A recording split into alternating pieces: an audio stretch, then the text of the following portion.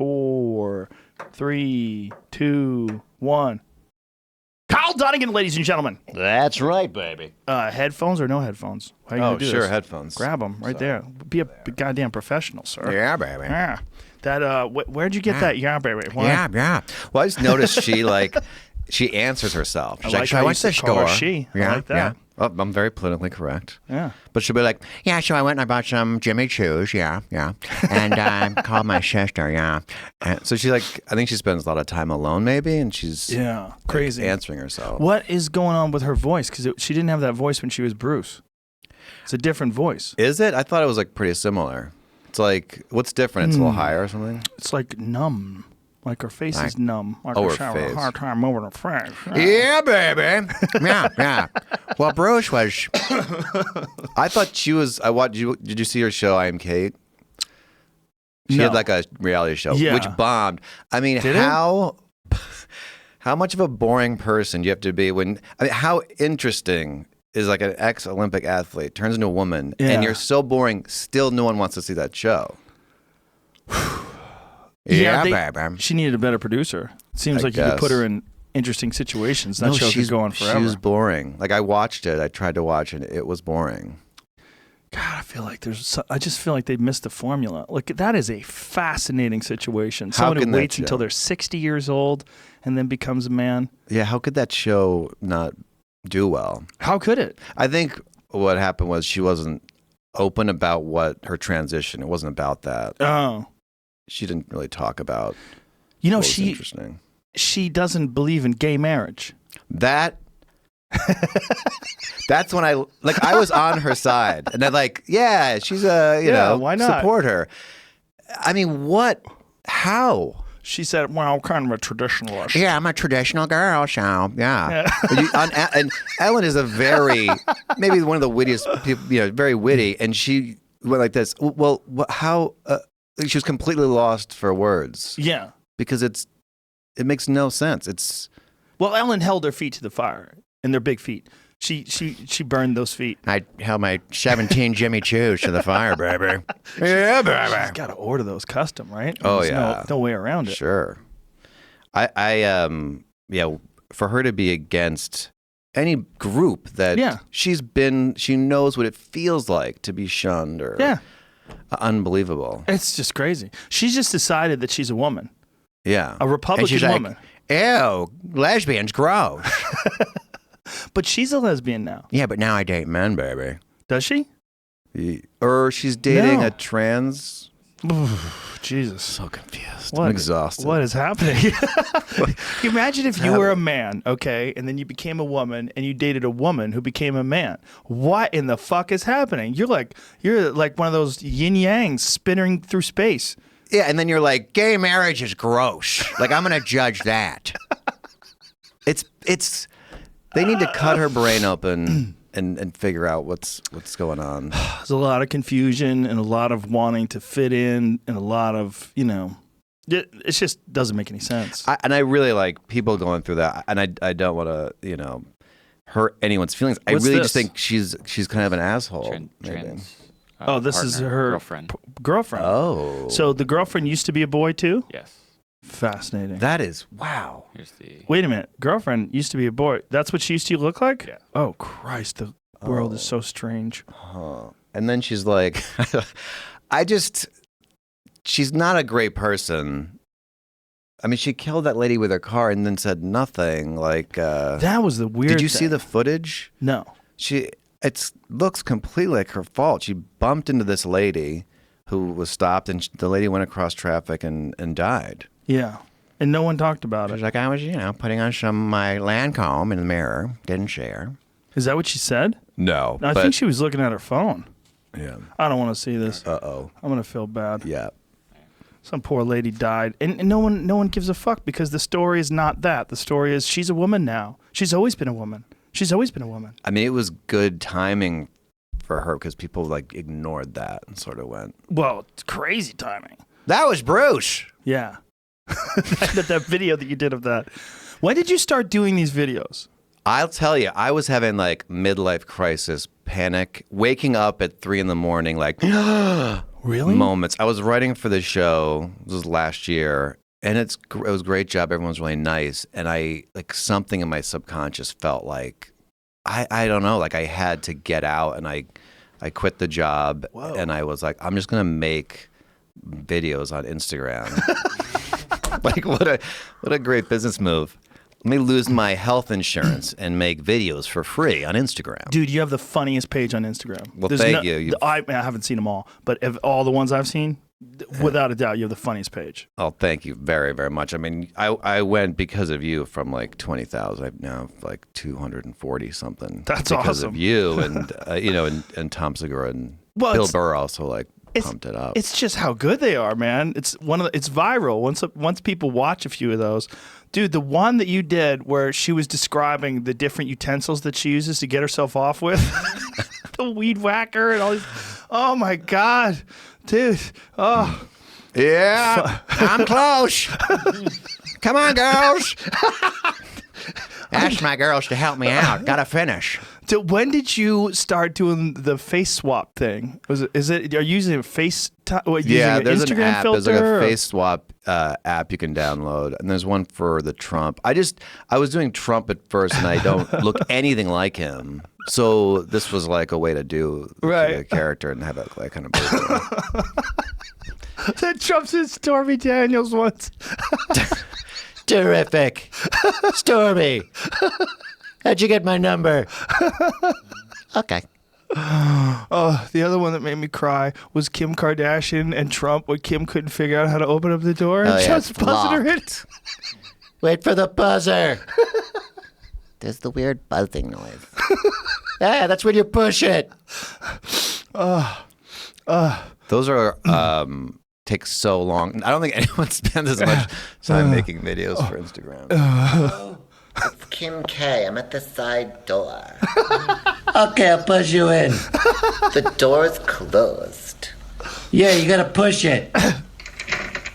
It's locked. Yeah, wait until I buzz you. Okay, push it. Why didn't you open it? There was a weird buzzing noise. Yeah, that means open the door. It's locked. You have to wait until I buzz you. Jesus Christ.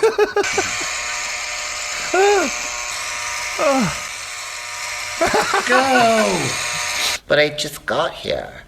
No, go in the door. But I can't go in the door. It's a solid.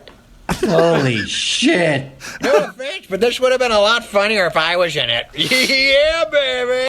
Hello. So that's what I do with my time. I'm a grown man. Yeah, you're an actual full-grown man. I'm an old grown man.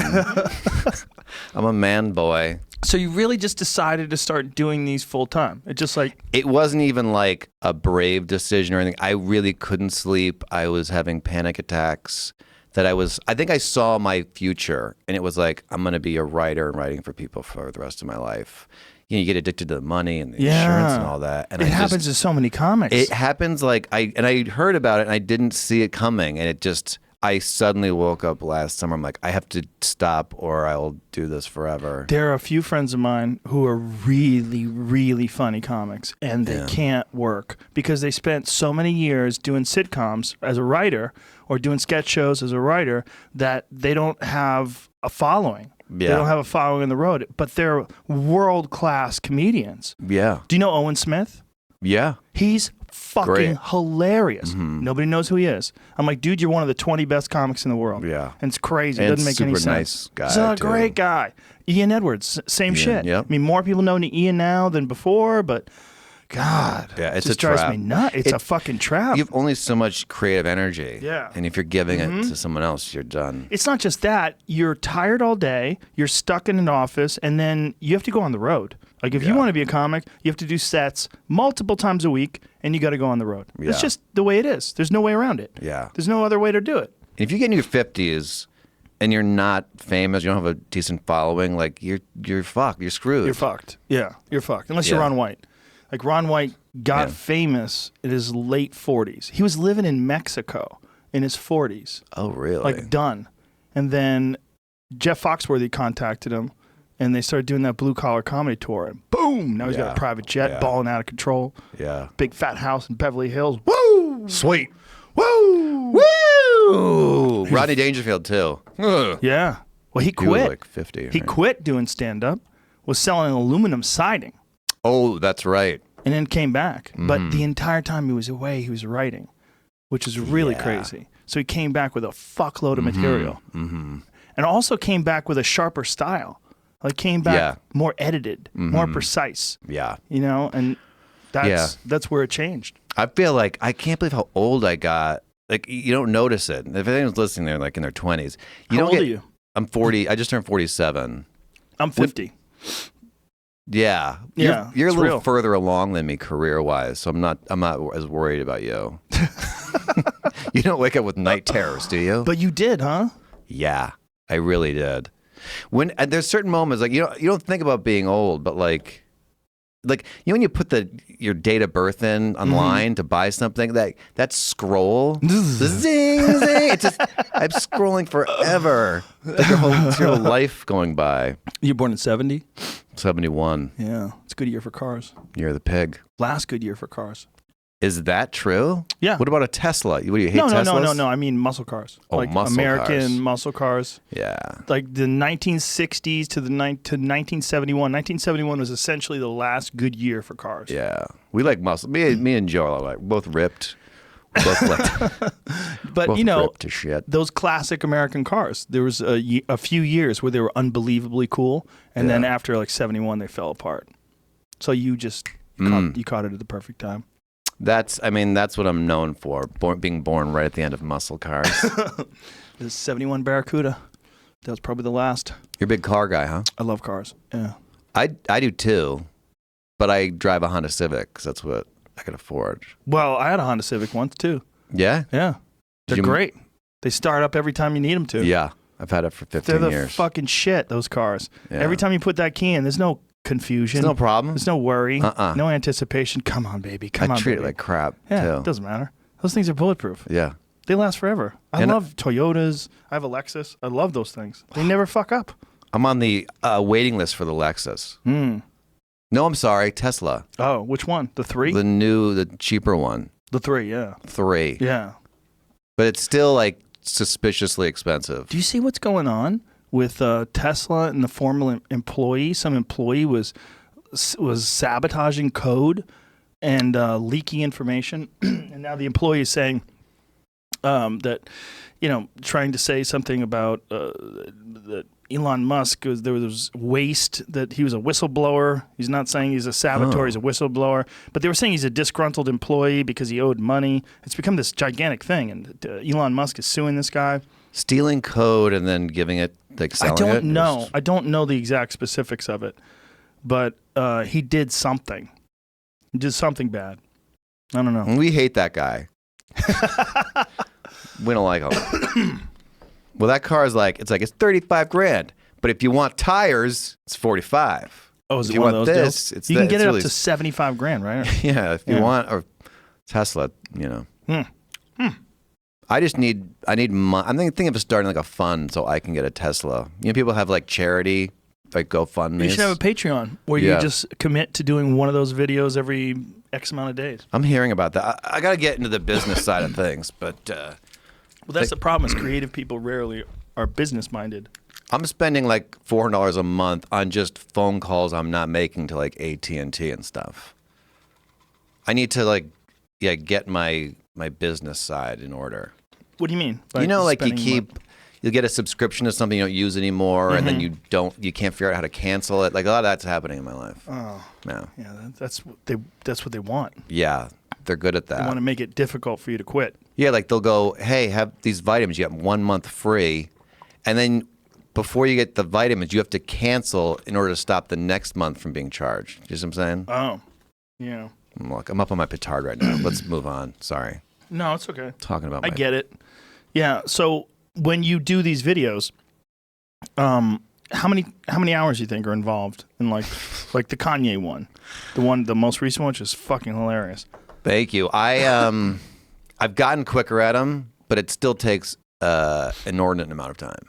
Yeah, I would imagine. Probably because there's like I get the idea and like I'll write something quick and then like I'll sleep on it and then like I'll work on it a little more. Try to edit it down because you want to make it like pretty tight. With like online, people don't want a minute of fluff or anything. So no, you gotta go quick. Yeah, and the actual process of getting them to talk, I'll take the person who talks the most, like if it's Caitlin, and I'll film that, and I'll have the whole script written out. So as I film it, in my mouth, I'll talk the other words, so the timing is kind of close enough. And then I'll send that video to myself, I'll airdrop it to my laptop and turn it really low, and then I'll do the next character and have that playing. So I can have that synced up right, and then I pair those, and then do the next person like that. Whoa. Got a lot of time in my hands. Yeah. But I'm only 47, so. So what was the thought process when you quit? You just couldn't do it? Like you had to get out? Yeah. I just, something was like panicking. It just was, I think, seeing my life and going, I want to at least try to be like a performer is what I wanted to do. Like, I can't even read very well. Like being a writer to me is, it's not as fun. I mean, if I didn't have the experience beforehand, like, I don't think I'd feel this way. It's just, I got a taste, I had some stuff that I did that I really enjoyed. Yeah. And it just, I think I just saw the trappings of it. Well, some people are really good writers, and that's what they want to do. That's all they want to do. They don't want to perform. But the problem with being a good performer is sometimes you can help other people out. Like, hey, maybe if you just tighten this up here, and like maybe if you just explain this a little better, it would work better. And you start writing. Next thing you're like, hey, would you work on my show? Sure. Right. Yeah. And then you're there in the office, and you're got a cork board, and you're putting index cards up, and you're like, oh my God. Yeah. And then you get that check every week, and you're like, oh, that's a nice check. Sweet. And I'm really thankful for those jobs, and they were really great. And I can have a house and stuff. But this is like last power drive, I think. Really? Just fuck it. If this doesn't work out with Instagram, I mean, just this though, I'm really excited because now I can do little theaters. Like the draw directly from Instagram has enabled me to like get out of clubs and stuff. So it worked. And I feel the audience. Like I just did shows in San Francisco, and it's such a difference when the audience knows what you do and who you are. Yeah. Instead of like having to, take them through this. Well, you might be one of the only guys that's done it that way, though, through characters in little short 1-minute videos. Yeah, because I started off with that, but then there was no money in sketch really, and so I got into stand-up because I needed to make money. And so I never felt stand-up was what I did the best, but now I feel like I'm getting a little better at stand-up, and I'm actually enjoying it more now. But yeah, characters and impressions is... When you do shows, do you ever play videos? Do you play videos? I did a show. I have a show at Largo that I do like every couple months, and I did show videos. It was the owner's idea, and that was really fun. It's a great idea. Yeah, especially if you make some videos specific to the show. That's exactly. I didn't do that, but watching it, I was like, that's what I should do. Like have Trump be like, next up, this guy's terrific, believe it or whatever. Yeah. Have him host. Yeah, and then have Caitlyn Jenner's take on different things. Yeah, baby. And just Caitlyn's tips. Caitlin's tips. I did a thing where I brought her out like in between as she's working on her one-person show. It was just the idea I had. So like I played like Greatest Love and had the audience surfed. It was really fun. Oh. Yeah, I mean, you could do easily like some sort of a multimedia presentation type thing. Yeah. That seems like it would be a really great idea. Yeah, I'm trying to put together something to do like some kind of special. Yeah. Oh, fuck yeah. Yeah, just sandwich bits in between, like do some stand up and go, I wonder what Stormy Daniels would do, or just you could anything. I mean, any weird way that you decide to transition. Where did you get the Stormy Daniels voice? Does it sound anything like her? I have no idea how she talks. I just thought she was like that. Oh, can't wait to get your cock in my mouth again. When she's calling Trump she actually sounds nothing like that. I'm sure. Yeah. But it doesn't matter. But she seems like she talks like this. I'm stormy. Oh my God. There was one that you did that looked like your face. You played Jared Kushner. Was Looks that a little it? bit like me. He's like, But all of them are face swap. None of them are you. I do a character, Craig, that's like. Oh, he's that the guy one- with the glasses? Yeah. Like, ma'am, Yeah. chicken butt.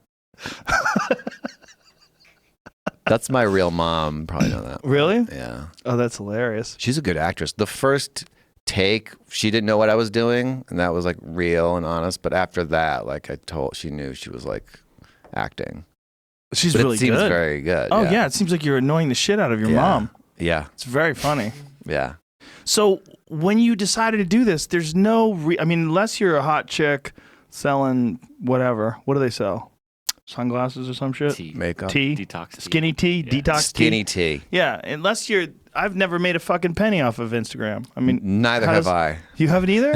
Well, I've actually just ticket sales I have, I guess. Right. Yeah. But yeah, I haven't monetized or I haven't been thinking about that. I just kind of, I feel good if people like it. It just makes me feel like I have some purpose or something. Yeah. That I feel like I've done something. And building, if I could build an audience and that come to my shows, I'll be really happy about that. So you were doing mostly clubs before, and now you're moving into theaters? Is that what's Yeah, going on? yeah. And this is all over the last few months? 100% from Instagram. That's incredible. It is. So it worked. You're a success yeah. story. Well, I mean, It's working. it's working. Yeah. Yeah. That's fucking great. It's really exciting, and thank you again. I mean, My pleasure, you're my dude. personal Santa Claus. Dude, my fucking whole family's so sick of watching your videos. my wife got angry the other day. She was in the toilet. I was like, just watch. I opened the door. I go, just watch this. Watch this one. Watch this one. Because it was the Kanye West one. I was crying. She's like, what the fuck are you laughing at? And I was like, watch this. Just watch this. Yeah, Kanye West, my worst impression. But Dude, it was I great. auto-tuned Shut it the fuck and up. It was sang. amazing. It was amazing.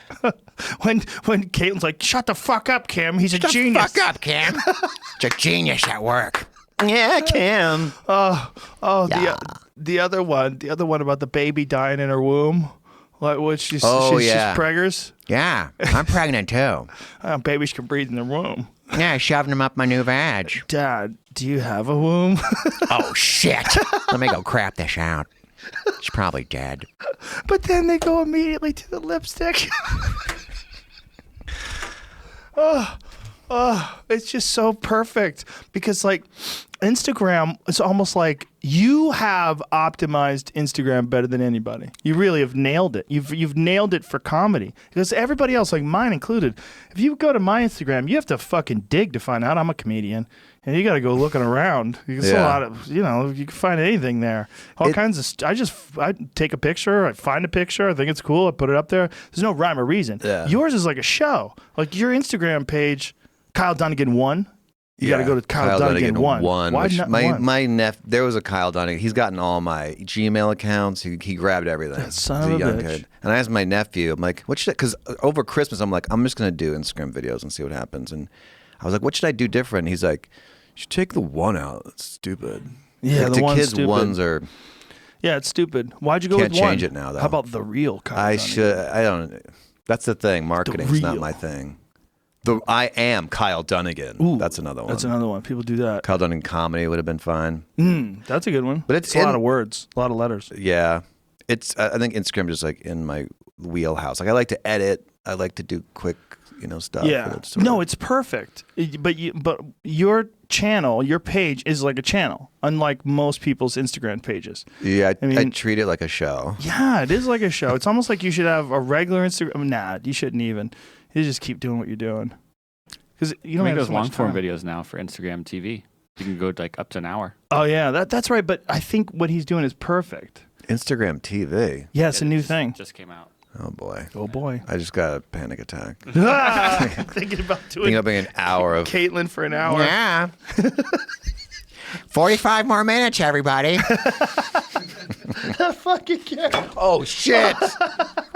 I just spilled coffee all over the studio. It's okay. You're Is this not the gonna be on first. the camera? I do it all the time. No laptops are anywhere near. no Fuck you. liquid I near the killed a hardware. bunch of laptops, man. That's another thing about Mac that pisses me off. Guess what? Lenovo, you spill on it, nothing happens. Nothing. They make them waterproof. They make them dust resistant. They make them mil-spec. You could spill on them. You could throw a glass of water on the keyboard. Not a goddamn thing happens. You put one on Apple, they just tell you, nope, you're going to need a new one. Need a new one. Don't blow on it. We need a lot more napkins. It's okay. I'm so if you sorry. sneeze on it, it'll blow out. Oh my God. Sons of bitches. Want to go grab some napkins? Hey, grab a couple of those Kill Cliffs, those lime ones. I'm very uncoordinated. Dude, you're not. I do this all the time. I'm pretty coordinated, and I fucking spill coffee in here all the time. It's your microphone's in front of you. You start moving your hands. Yeah. I'm Italian, so I move my hands a lot when I talk. I got a lot of fucking this. Oh. I'm doing a lot of moving with my hands. What is your background? Mostly Italian, 1/4 Irish. I'm the same thing. Shut the fuck Irish up, Italian bro. people are cool. That's crazy, man. Did you do 23andMe? I did that. No, but I'm doing it right now, and I'm doing a bit about it because I'm secretly hoping that someone in my past had sex with a black person. I'm hoping 2.7 African. %. Really? Nice. But I think it's Northern African. I'll take it. I'll take it, and I'm going to run with it. It'll open up a whole new realm of material. Yeah, right. Just bring your 23andMe and tired make of white a giant. people. It's I'm going to start shitting on white people. so Can't hard wait. to be a white guy. That's the hardest thing to be. It's a white male because you have no one to blame. You know, it's always That's true. it's your fault. But it's also the easiest thing to be. Of course, I'm just kidding. Both. I mean, No, I know you're kidding. You don't have to say you're kidding. You're a fucking comedian. How dare you? You're still cleaning. You don't have to clean anymore, man. I'm still cleaning Listen, because the thing is, the more coffee that's on this table, the better it looks. it's gonna smell good. You Yeah, like the this smell of thing's coffee. weathered. This is a weathered table. Here, give me that. I'll Out of chuck character. that in the garbage. All right, thanks. This coffee has character, or this table rather. Character. High maintenance. No, you're fine, dude. So you got to have some measure of satisfaction that this moment that you had. Because see, I love stories like that because you had this moment where you're like, I got to do something. I can't do this anymore. Mm-hmm. And then you did, and it worked. Yeah, I'm really I'm sleeping a lot better, and I had been in this business for a long time, and there's been so many. I mean, I could talk for 9 hours about the disappointments, but I still feel lucky, that I got, I was able to like make a living or whatever. But there's some luck involved. I mean, I was lucky you came across it, and I mean, I've had so many. I wish I knew who told me about you. I wish I could remember. It might have been Tom. Tom, yeah, Tom probably was Tom. He was pretty. It was a comic. Pretty sure it Yeah. was a comic. It might have been Tom. He was the first one to repost one of mine, I think. Maybe that's what it was. I did this show. Oh, I won't go into it. What? No, it's just I have so many disaster stories where I thought I was like, get ready for the rocket ship, Kyle. You better go mansion shopping because things are about to take off. And just always something. I did this Jamie Foxx like sketch show pilot, and it like to get a part on a network show. It's a lot of auditions. It's you climb a mountain to get the role. And I was like feeling like this is my last shot and everything. And I got there and we weren't allowed to write for ourselves. What? Because of WGA rules or something. And you have a character, no one else can really write for it. And the people that were writing, 2 of them just got out of prison and they were not comedy writers. Like Jamie Foxx, he has a huge career. He didn't really. I think he just was like, let me give my friends this because I got all this other stuff going on. He just didn't give a fuck? He didn't need it.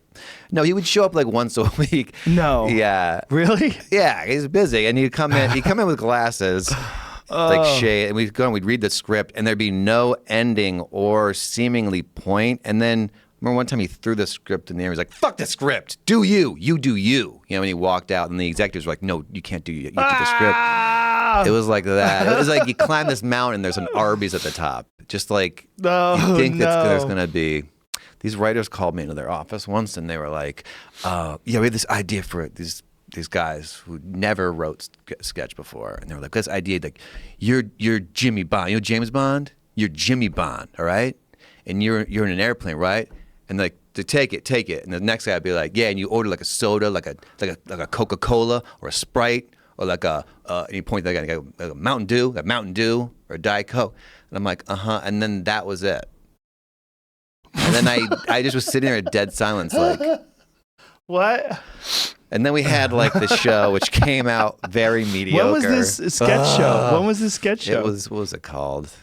It was called Into Flow, and it got changed to like something else, and it just became like, it was Affion Crockett's show. I was like a cast member or whatever.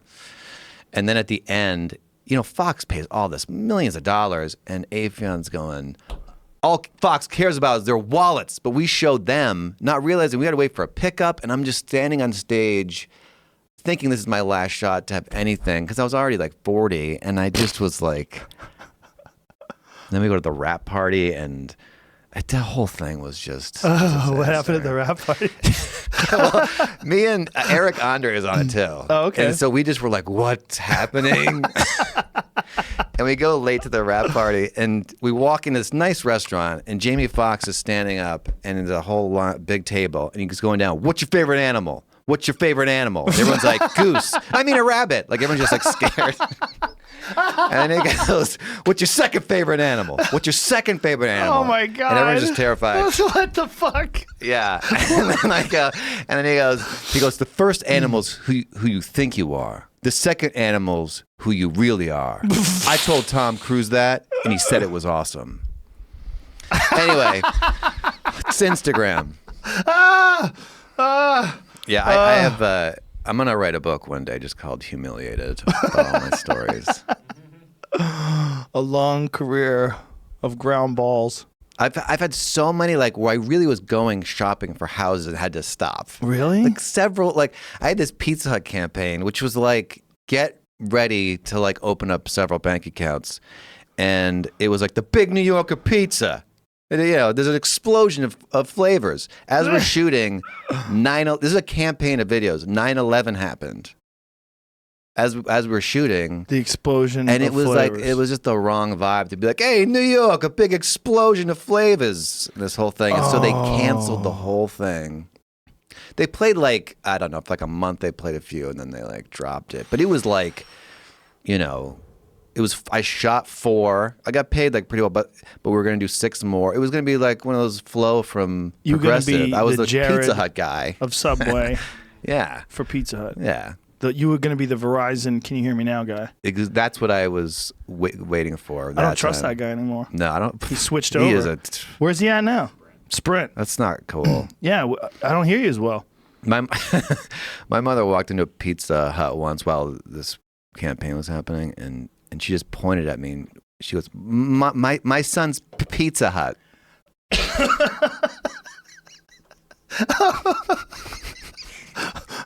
I had to tell him, I'm actually not Pizza Hut.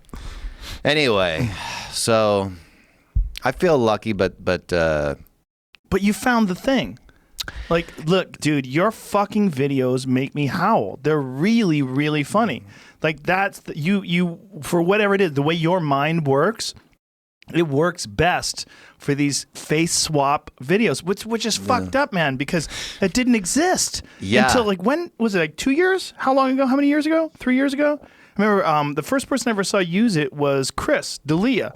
D'Elia he did some video where he was Rick from The Walking Dead. Yeah. And he put it on his Instagram page. I was like, wow. I'm like, obviously, I can tell something's going on, but that's amazing how close that is. Yeah, I was excited right away because I knew like the impressions that I do, I don't look like most of them. Dude, your Trump is fucking phenomenal. And when you do it with that wacky face, the one face that you picked for the face swap is so perfect because it looks like he's out of control. It looks like he's like, oh, eyes. Jesus. I can't. God, what's happening here? It's fucking amazing, man. When are 4 years up? It's amazing. Did you see what's going on today? Tom Arnold, who hates Trump, has a new show on Vice where he's just running around trying to find incriminating video and audio on Trump. Ooh. That's all the whole show is him on a quest to find incriminating and humiliating video and audio on Trump, and he was with Michael Cohen today. What? Yes. How could he? Michael Cohen is apparently going to work with Tom Arnold on this show.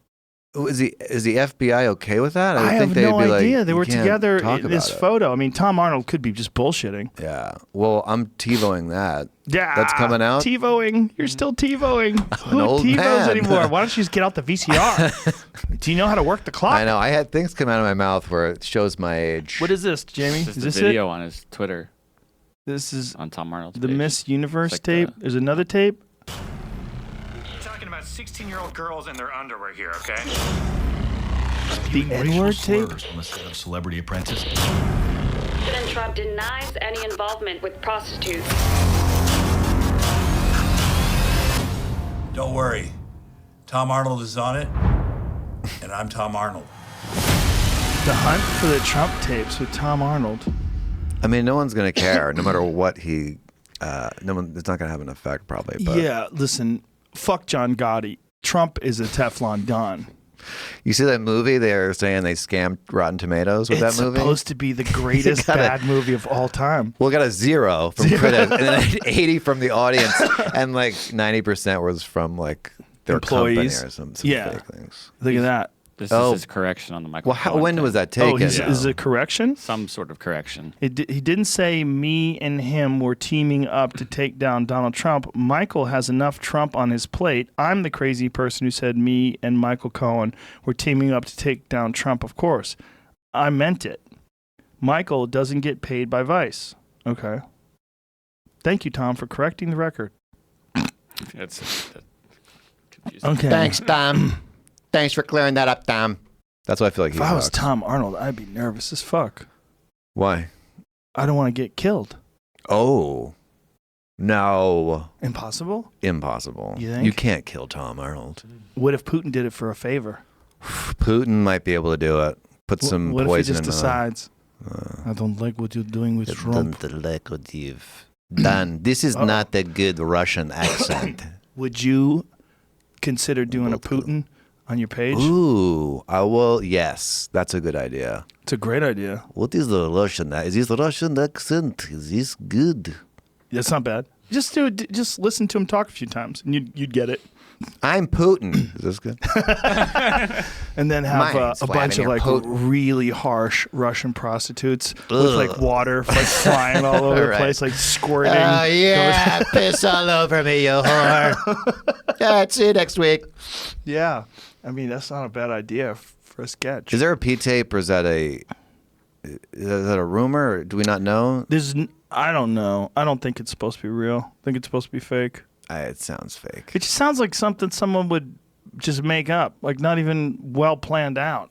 What percentage of people like to be peed on? It's got to be below 1%. That's still a lot. There's 300 million people. That means 3 million people like to get peed on. That is a lot. That's just in this country alone. That's a lot Such of pee. a cleanup. You know what I mean? I don't even think it's 1%. But even if it's 1/10 of 1%, it's 300,000 people. Like, I love a chocolate sundae, but if you smeared it all over the place and after I had to clean it up, I'd probably be like, Yeah, I'm not into that. Yeah, What are you into? Second. What's the freakiest thing you're into? I'm surprisingly tame. I'm not into anything freaky. I've never even done like whipped cream or anything. Hot What about when a chocolate girl asks you to like choke her a little? How do you feel about that? That's a scary request. I'm not into that. I'm not. I had a girl that I used to date who wanted me to rape her. She told me to rape her. That's tough. And the problem was she was fucking hot. And I was like, I do not want to get interested in doing this. Like the worst thing would be, You really like yeah, it. because I was in my 20s. What if I just had a Became a connection? I got into like only girls that want you to like force them to do shit. That's very true. When you were young and you're forming your sexuality, whatever you first got your like when I first danced with a girl and I noticed her hips were wide, I got like a boner. It was like in 8th grade because it was like she's different, and it linked. And for years till I was like in my early 30s, I could not dance with a girl without getting a hard on. I was at a wedding once, and I asked this girl to dance. Like, I never do this, but she was like alone and she was hot. And I get on the dance floor, my mother's there, and I got like a boner. And I don't know this girl at all. And I had to tell her, because like your wedding pants are not keeping things at No. bay. No. And so full pitched, and she probably already knew. So I was like, I'm sorry. Can you help me off the floor? And I had to. How humiliating is this? I had to ask this girl to like shimmer me off the floor away from Did she my think mother. it was funny? Yeah, she had luckily, a good sense of humor about it, but it was lucky. humiliating. Well, there's not. Well, I shouldn't say she should be flattered, but a girl Well, with a no good way, sense yeah. of humor would be Yeah. flattered. She if invited me to liked her you. Halloween party after that, Oh, which is a there good you go. sign. But that went bad. I got all dressed up as the universe. Like I Stars really and worked. stuff? Yeah, I had like a whole black outfit. And I glued like planets to my body with Velcro. Yeah. And then grown man. And then I go to her house on time, which I didn't realize you don't go to parties on time. I just got into LA, and then I went to hug her, and I knocked over the skeleton on the wall, and then her dog ran up and like bit Venus off my leg and took off. And now I'm just in the room, and no one's dressed up. People are coming, and they're like, have a bandana. It's like, I'm a pirate. Like no one's really dressed up except for me. No. So I was a pariah, and then no one talked to me except at the end, this guy, because all her friends were like frat guys. He goes, "Can I ask you a question?" And I was like, "Yeah." Like, "Oh, someone's talking to me." He goes, "You a faggot?" No. Yeah. And No. I was like, really? yeah. I was like, no. I mean, this all started with me getting a boner with this girl. But anyway, I got to go. And, Jesus Christ. What a dick. yeah, he was kind of a dick. Was he a dick before that? Yeah, they were all kind of like Jockey. and they were drunk. And I think I seemed like a target because I had the universe on my body. Seemed like an easy target. Yeah, but that's a severe weakness. Unless you were doing something. I mean, why wouldn't they think that was funny? Like, what are you doing, man? What's with the outfit? And then you start talking, you start laughing, and everybody has a good time. Yeah, we would have had a good time. Yeah. He went right Instead of, to, hey, yeah. are you a faggot? Yeah. Ugh. Yeah, you know. That's funny, though, the boner thing. Yeah. Because there was a girl that I dated when I was in high school, and she was into, like, rubbing her feet on me. And I had a foot thing for a long time afterwards because of it. Where was she rubbing her feet on you? My dick, son. No, I mean, like, I figured that. I meant, like, were you at your house? Were you at school? Yeah, Were well, you- whatever. She would just rub her feet on my legs and put her feet on my This is your dick. girlfriend? Yeah. Okay. Yeah. I used to go to this math class, 10:30. Ugly teacher, but her smell, boner every time. And I knew, I was like, oh, I got to go get a boner in this class. That's hilarious. Yeah. That's hilarious. But that is a real thing about like getting connected to like a particular like thing. Like whether it's choking someone or any of that. The girl who wanted me to rape her also would grab my hand and put it on the back of her head. Like get me to force her head down. Oh. She was crazy. She was just really into it. Yeah, But it took a while for her to warm up. It's almost like when we first started fooling around, she's like, when do I tell this motherfucker what I like? Yeah, let Not me yet. ease him into it. Not yet. In the Feel it beginning, it was out. normal. And then one day she wanted to wrestle. Okay. Yeah, she's like, I want to wrestle The you. gateway drug. I was like, what? She's like, I want to wrestle you. I bet I'll kick your ass. I was like, what the fuck are you talking about? Like, what are you doing? It was so and then you just it was beat so her up. Weird. You lost immediately. I didn't beat her up, but I was trying to figure out what we're doing while we're doing it. Like, And as she we're turned doing it sexual. Oh yeah, she got into it. Yeah, I think like Louis C.K. I remember his show. Like one of the first episodes, he had a show where like an older girl asked him to jerk off in front of her, and I was always like, I bet that actually happened, and that got linked up. You can't really decide what links up your sexuality and what it is that turns you on. It just It could have. Yeah, I have no information, but that's my guess. People are into weird shit, man. They're into weird shit. I think the weirdest is this smelling the shoes. Oh, Marla Maples, Trump's ex, put a camera in her bedroom because in her closet because she did have one shoe, and it was some friend would come in. They caught him just coming in and like stealing, sniffing her shoes. Jesus Christ! How does that get linked up? Ugh. Anyway, Yeah, there's a lot of that stuff, right? Like stealing underwear, stealing shoes. yeah, men are guys are weird. The thing is, I mean, men get picked on because we're pervs, and it's true. But if we weren't pervs, this species wouldn't be here. Let me tell you why. Because Yeah. we were down to like 70,000 people. If we didn't have this super perv gene to go through the snow, get some pussy. I think it's less than 70,000 people. They were saying that after one of the super volcanoes, it might have gotten down to just a few thousand. Yeah, well, there's a definite. What is it? Sumatra? Is that where it was? Indonesia? Some massive super volcano 70,000 years ago killed off almost everybody. Oh, I didn't know about that. Yeah, we got down to an extremely low number. I think they estimate it's somewhere between like 2 and maybe like 10,000 people. Yeah, you need people who like to fuck a lot, that are real pervy to jump that up. Well, Brett Weinstein, who is a he was a professor. Excuse you. Sorry. I know what's going on with me. I smoked weed before the show. I'm not going to lie to you people. He was explaining with his wife, who's also a biologist, that there's 2 different things that men are attracted to. They're attracted to a beautiful woman, but they're attracted to a hot woman. Like a hot woman doesn't necessarily have to be beautiful, but what she does is offer an opportunity for like very quick sex. Like you could just have sex with her. You don't have to court her like a girl with a short skirt and her tits are popping out and she's wearing a lot of makeup. That what that signals is that there's an opportunity for you to spread your genes and you would have no responsibility. You wouldn't have to take care of it. You wouldn't have to. You wouldn't have to spend a lot of time with her, court her.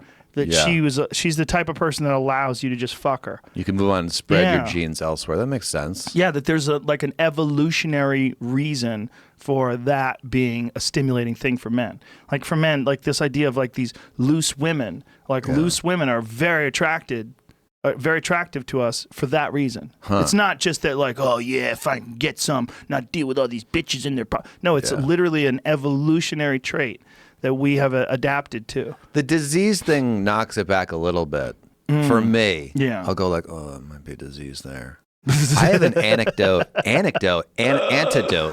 for, because I don't feel like there's any woman who could, no matter how hot, like come and take me away. Or like force me to like, what am I trying to say? I don't know. Seduce me. What? Here it is. You don't think a woman could seduce you? No. If I don't want her to, I have an antidote. Antidote. I have an antidote. Okay. And I've been developing it over years, and people listening can take this. If you like, let's say you fell for somebody and she didn't like you and she dumped you and you're still pining over her. Right. You put her, first you like think about like, the blood moving through her body and her skeleton, and you put her on the toilet. You think about like she's making bile. I know it's gross, but you think about her as this animal, and you think about her on the toilet, and whenever she pops up, you put her on the toilet. You're welcome. That doesn't work with me. It will. I won't care. No? No. If I think she's hot. What if she's really struggling on the toilet? I struggle on the toilet. So you I'm can not bond over judgmental. that. I eat a lot, man. I take some horrific shits. But think about like The Bachelorette or something. They're fantasized a lot of times. Like early on, there's like this fantasy, and you're married. Yes.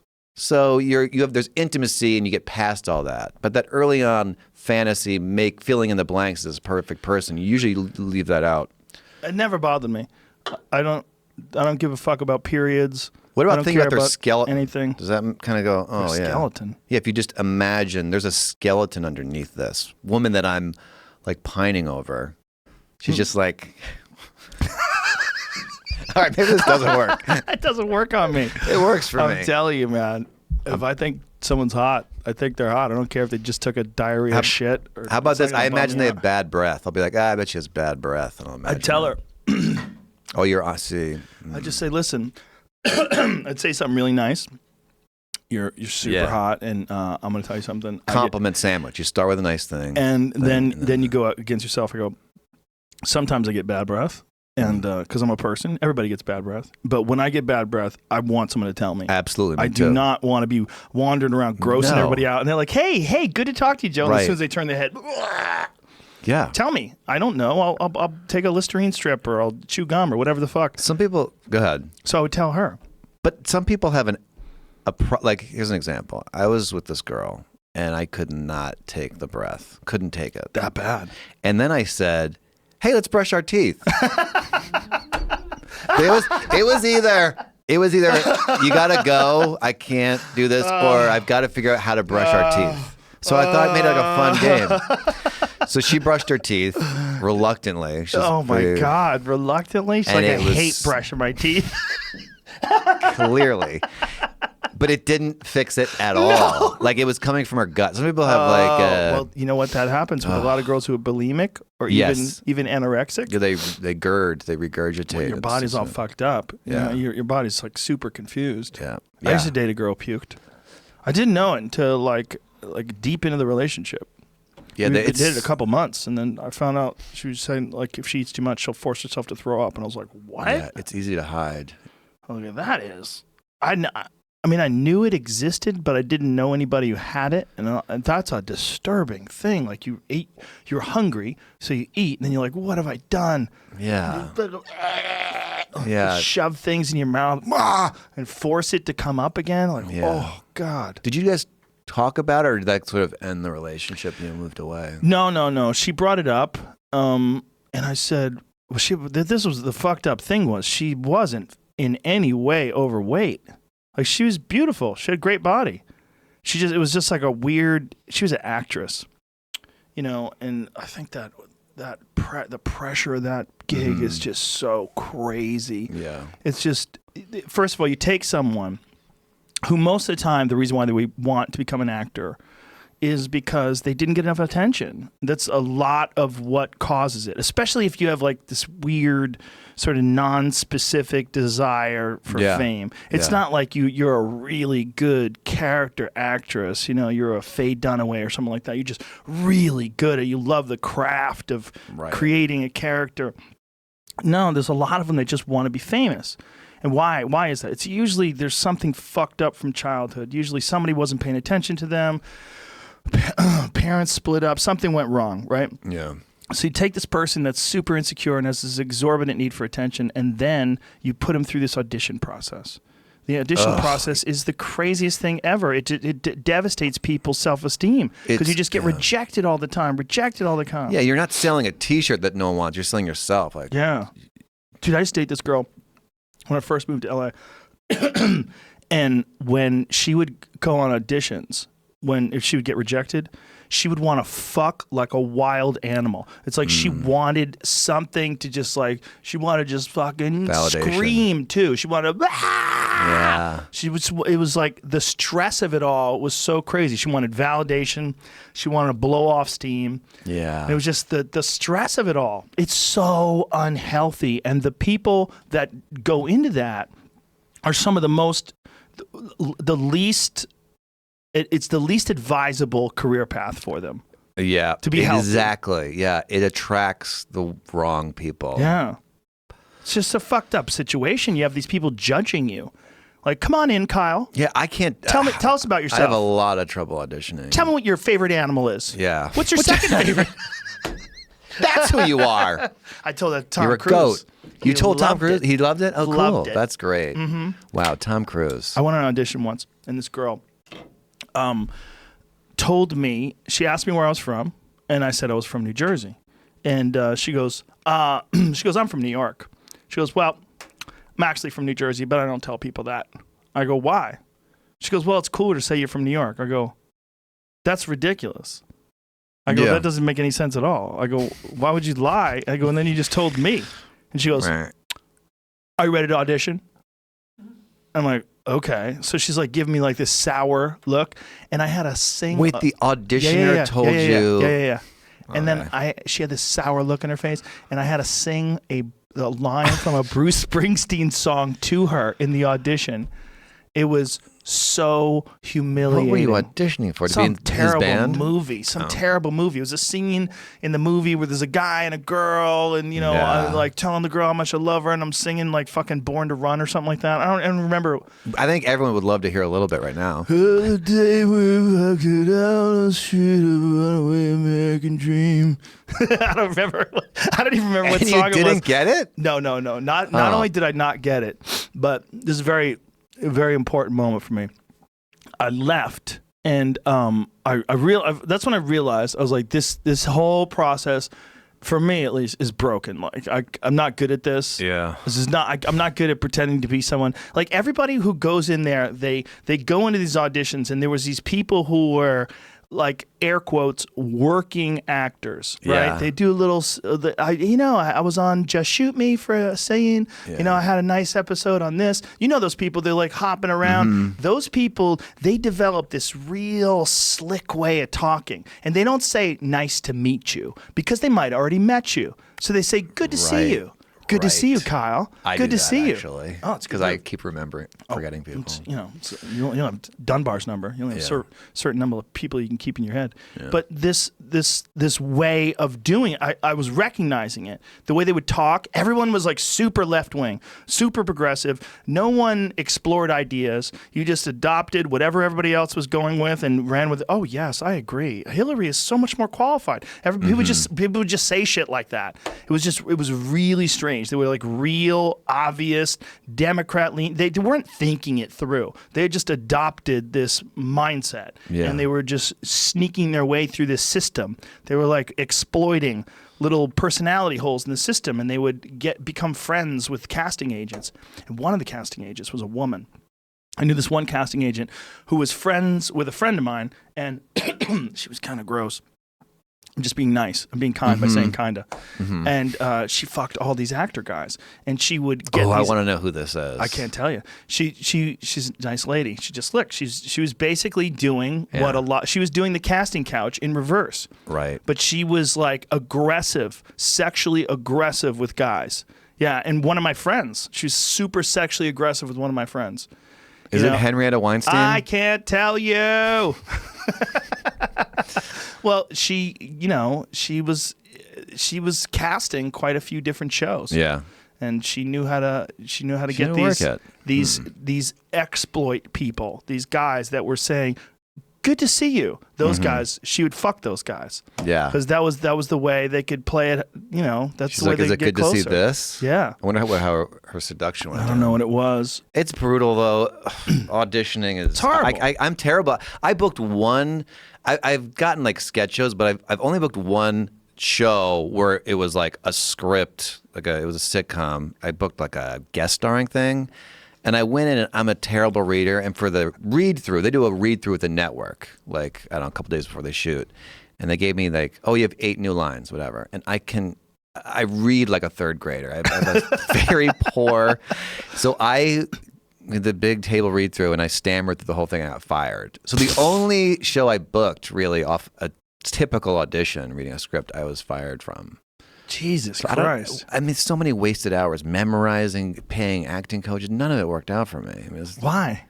Because I get really nervous. I feel very judged. I feel very uncomfortable. I'm a terrible reader.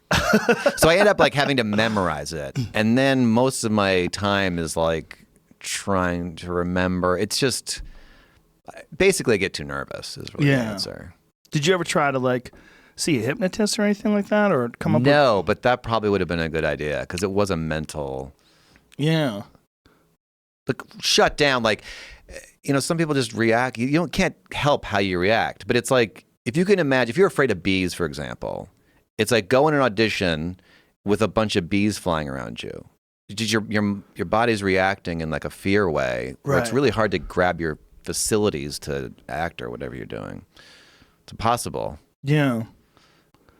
So I get it. I mean, especially if you think like this could be it. This is the big moment. It's Always. like one of the worst ways for you to behave, like, or to perform rather in something that's like really important. Yeah. Especially like an acting situation where you're supposed to pretend to be in love or to pretend to be happy and whatever the fuck it is. Like all you're thinking is don't fuck this up, don't fuck this up, and that's like the overlying mantra to all your thoughts. Do this correct is not the great mindset where you're going to do a good performance. I had like I just fell out of my head. Whatever I was about to say was going to be hilarious. It was the best part of the show. Oh, it was going to be great. Yeah, but this is one of the reasons why so many people are so crazy out here. It's they come here crazy, and then the system gets them crazier. And then you also realize that unless you're doing something like what you're doing, or you're just doing your own thing on Instagram, someone has to pick you to work. You have to get picked, which is just nuts. Like as comics, all we have to do is just go to an open mic night, practice, write, come up with some jokes, do well, you come back, do well, you come back, you just keep grinding. A couple years down the road, you're starting to get a gig here and a gig there. Yeah, I'm opening up for this guy. And yeah, I got a gig emceeing at this place. And then a couple years after that, I'm middling. And then like there's an actual thing you can do. Yeah. If you're good, you can make a living. I can't imagine just being an actor. Forget it. They go crazy, dude. I have friends that are just actors. They go crazy. They all go crazy. Yeah. By the time they're in their 40s, they're out of their fucking mind. And women, they feel like they have this little tiny ass hourglass, and it's just running out of sand every day. Yeah. And like you said, it's, a lot of times you're not starting with the most secure people. No, almost never. Almost never. I got on stage because I was in so much pain. Like I literally was pushed. I was in college. I had no friends. I'm really painting a pretty picture of myself today. But I wanted attention. Like that really was the first impulse. And yeah. Yeah. But sometimes that leads to the funniest shit and the funniest people. Like that pressure one way that throws you in another direction. I mean, that bad feeling, when you're just trying to escape that bad feeling, the energy and the desire to escape that bad feeling is so intense that it creates a good feeling. And after a while, though, it flips too. Like now sometimes I don't want to be looked at. I think if I got into a bad spot, I'd want to go on stage again. But sometimes, do you ever feel like that? Like you just don't feel like being looked at. You don't feel like being looked at? I'm that's not what happens with you. Sometimes I don't feel like going on stage. Yeah, no, definitely. Yeah. I one of the things that I've been doing lately is, for a long time I hardly took any time off.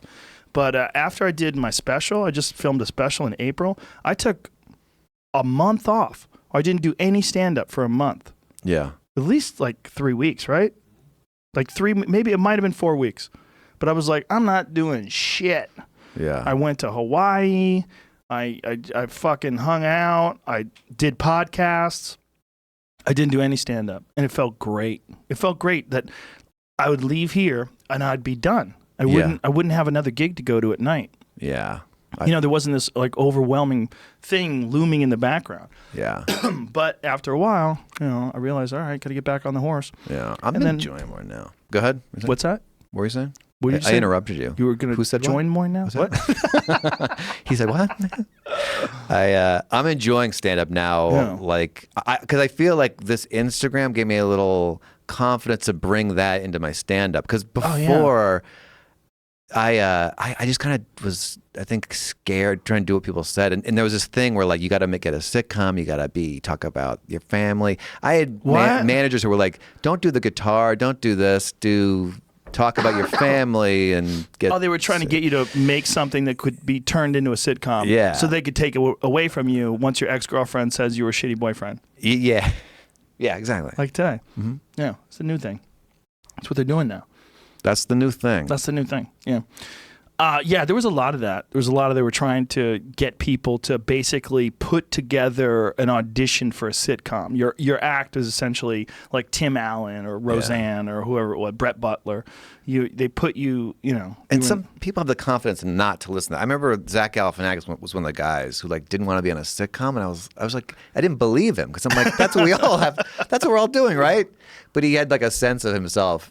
I got out into the world without really having confidence in myself, to make a decision to do something. I really felt like I needed someone to tell me that. There's this experiment. I'm going to explain myself real quick, where they did this in the 70s. They'd rattle a rattle in front of a baby. And the mom would do this, and the baby would like it. Then they'd have him keep rattling it, and the baby would start to push it away. They'd have him keep rattling it, and the baby would start crying. All babies go through this exact thing. Then after the crying, they have them keep rattling it, which is something they would never do now. The last phase, the baby is numb out and start drooling. Jesus. And that's how I came into the world. But I feel like I'm waking up now a little bit. That's fucking dark that they did that to a baby. Only in the 70s would they do that experiment. How many people did they fuck up in the 70s? I know, the brown-eyed, blue-eyed experiment. What's Remember that? They told a classroom of kids, blue-eyed people are smarter and better, brown-eyed people to kids. What? So then the blue-eyed people started, doing better work, behaving better. The brown-eyed kids started misbehaving. Then they switched it. They're like, we were wrong. The brown-eyed kids are the ones who are smarter and better. And the whole thing switched. So did they do it as a psychological experiment? Yeah, just to see, like, just to fuck with just kids? to really fuck them up. Well, yeah, if you tell kids that they're shit, they feel like they're shit. Yeah, you don't really need to do that experiment. Yeah, don't do that. Yeah. Do the opposite of that. I know that. Yeah. We're talking now about like the effects on kids with the Trump thing and the border. It's so dark. It's so what the fuck was Melania wearing? That jacket that says "I don't care, do you? Do you think I care?" What does it say? I don't care. Do you think I do, or some shit? I don't care. Do you? Is that what it is? What in the fuck what do you make is of going that? on in that house? I think she's losing her marbles. You think it was First her of all, decision? do you think she had any idea when she married that billionaire dude in 2005? She thought she was just getting hooked up. Yeah. She's like, look, I'm going to have a kid with this guy. It's going to be great. I don't have to work anymore. Yeah. All these fucking nude modeling gigs that I was doing and, learn how to speak a little bit of English, whatever. Yeah. Go shopping all the time. Fuck yeah, I'm in. Bad and be good boy. Don't be a bad boy. Yeah, boom, I'm in. And then 10 years later, she's the fucking she's the first vice lady, president. basically. Well, she's more popular than the vice president. Oh, Who the yeah. Fuck knows who Pence is. Yeah. I don't know a goddamn thing about that guy. He scares me a little bit. Well, he might be the president one day. There's a lot of Jesus stuff going on. A lot of Jesus. A lot. More Pence. than ever. Pence, Huckabee. Sessions, Huckabee, a lot of Jesus. Yeah. Chris Pratt's being praised because he said people should pray, which is a legitimate thing to say. I mean, look, just whatever prayer is, mindfulness, meditation, feeling good, just being thankful, You don't have to attach it necessarily to any ideology or religion. It's still a good idea to think that way. But people are going, yes, we got a Christian as an actor. Yeah. The guy from fucking Guardians of the Galaxy is one of us. Whoa! Yeah, and like the idea that no atheist can be president. No atheists and no single guys. Yeah. You better have a family, bitch. Otherwise, what are you going to do? You're going to fuck everybody and launch bombs just to see what happens. That's exactly what would happen. That is what would happen. I mean, do you think that it's possible to have a single guy or gal as a president? I do not. I do not think it's possible.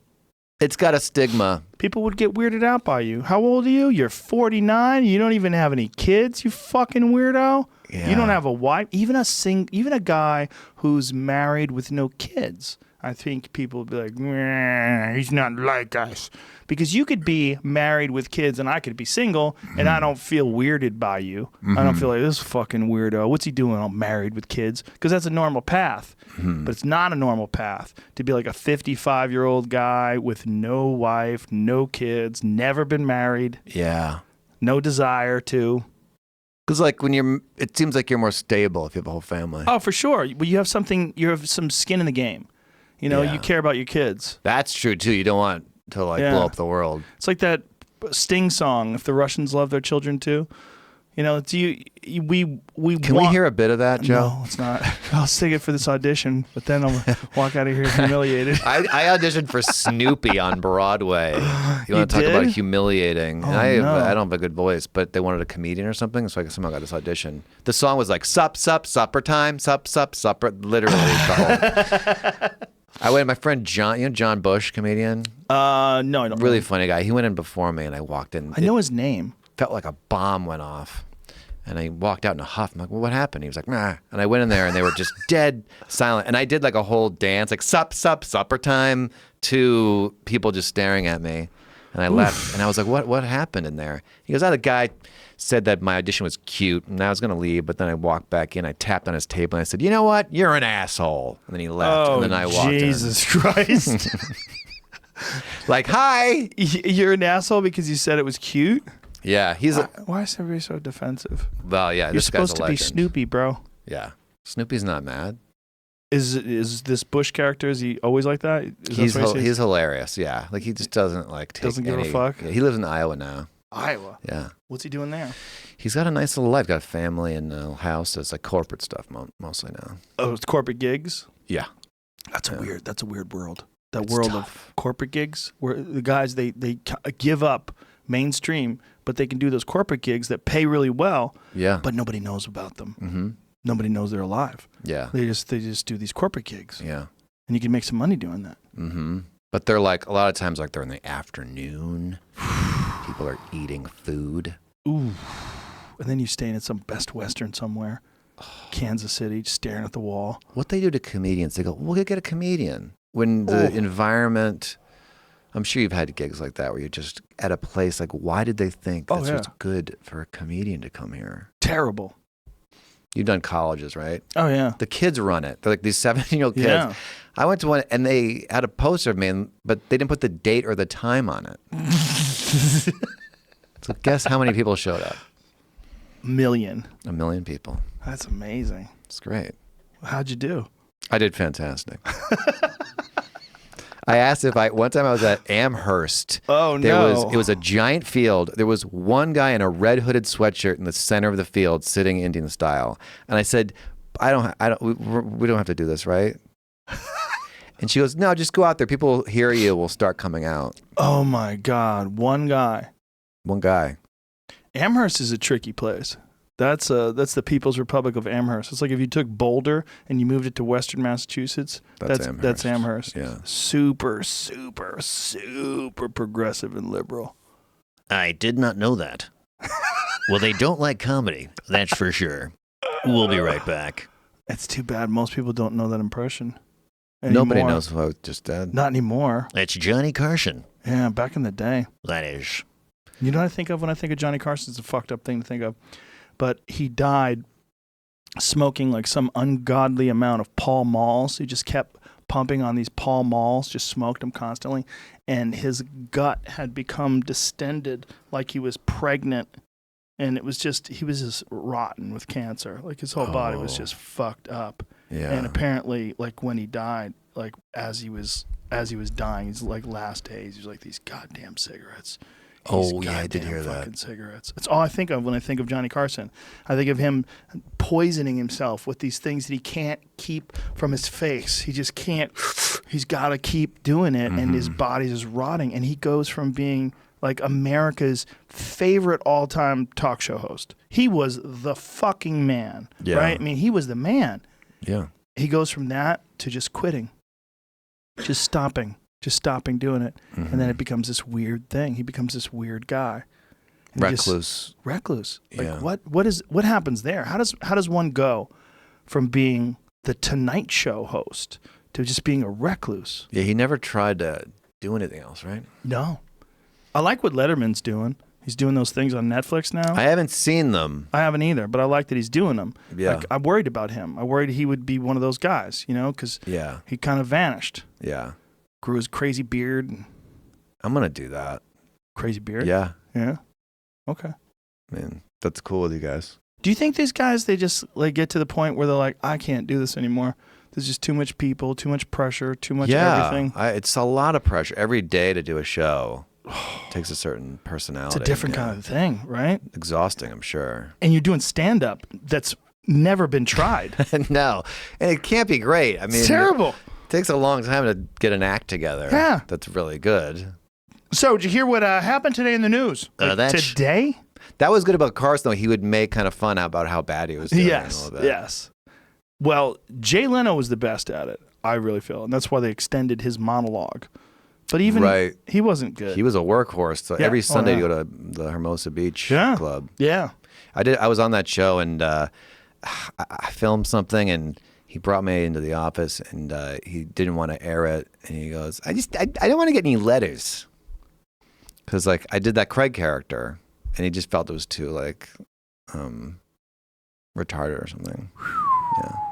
Yeah, he played it safe. Yeah. He played it safe. When people swung at him, he never swung back. Yeah. He just rolled with the punches. Yeah. Would you do a talk show? No, I'm doing one right now with Kyle Dunnigan. He's my guest. Kyle Dunnigan, ladies and gentlemen. Kyle Dunnigan 1 on Instagram. Kyle Dunnigan 1, the worst name on Instagram. Why would I do that? It doesn't seem like a good way to talk to people. It doesn't seem like it's fun. It seems like it's too much pressure. It seems like there's too many people. It seems like the conversations become fake because you have 5 minutes until you cut to commercial, and they come over with cards, and the executive wants to talk to you, and the producers want to get in your ear, and we just feel like it just needs a little levity. You just need a little levity. So we're gonna bring the jester out. Oh, I'm tired of the jester. I don't like the jester. And then the jester comes out with his little, and everybody goes, the jester's here, and the fucking crowd starts clapping. The audience, they get that sign that says cheer, applause, applause.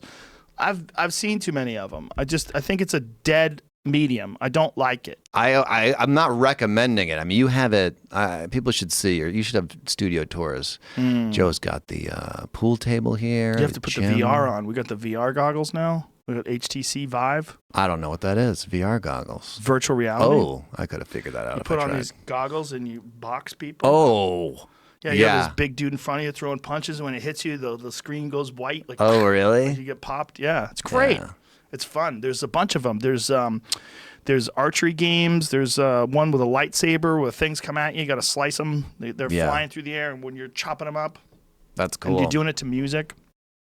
Oh, it's fucking amazing. And deprivation tank you got here? I do. I have that too. Joe, do you want to tell them how we did on pool today? We did really good. It's a fun game. How many balls did I get in 2 games that we played? You made 1 ball. I did get, I got one in. You made 1. Got it in. That's not bad. It went right where you wanted it to go. Yeah. You aimed, you shot, you fired. It went in. That was really emasculating, those 2 games. It shouldn't be. 2 things. One, that table, I didn't tell you because I didn't want to freak you out. Crooked. No, very tiny pockets. The pockets are much smaller than a normal table. That's a normal what it was. table has 5.5-inch pockets. That table has 4-inch pockets. They're actually slightly under 4.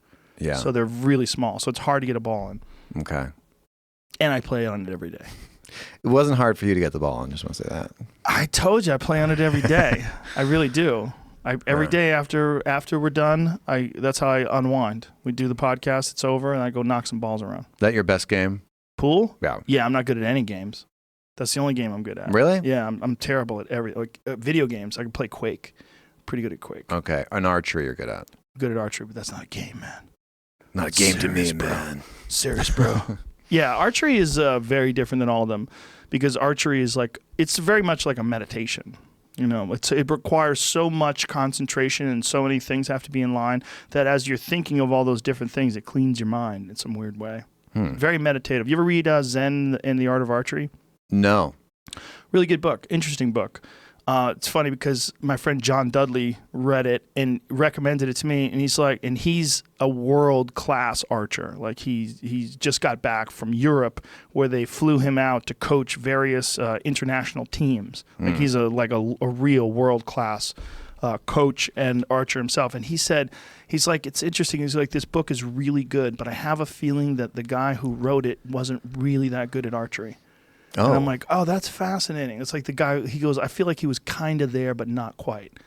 And I'm like, that's interesting coming from a guy who's a real master. Like he recognizes some errors in his thinking or the way he describes things or his approach.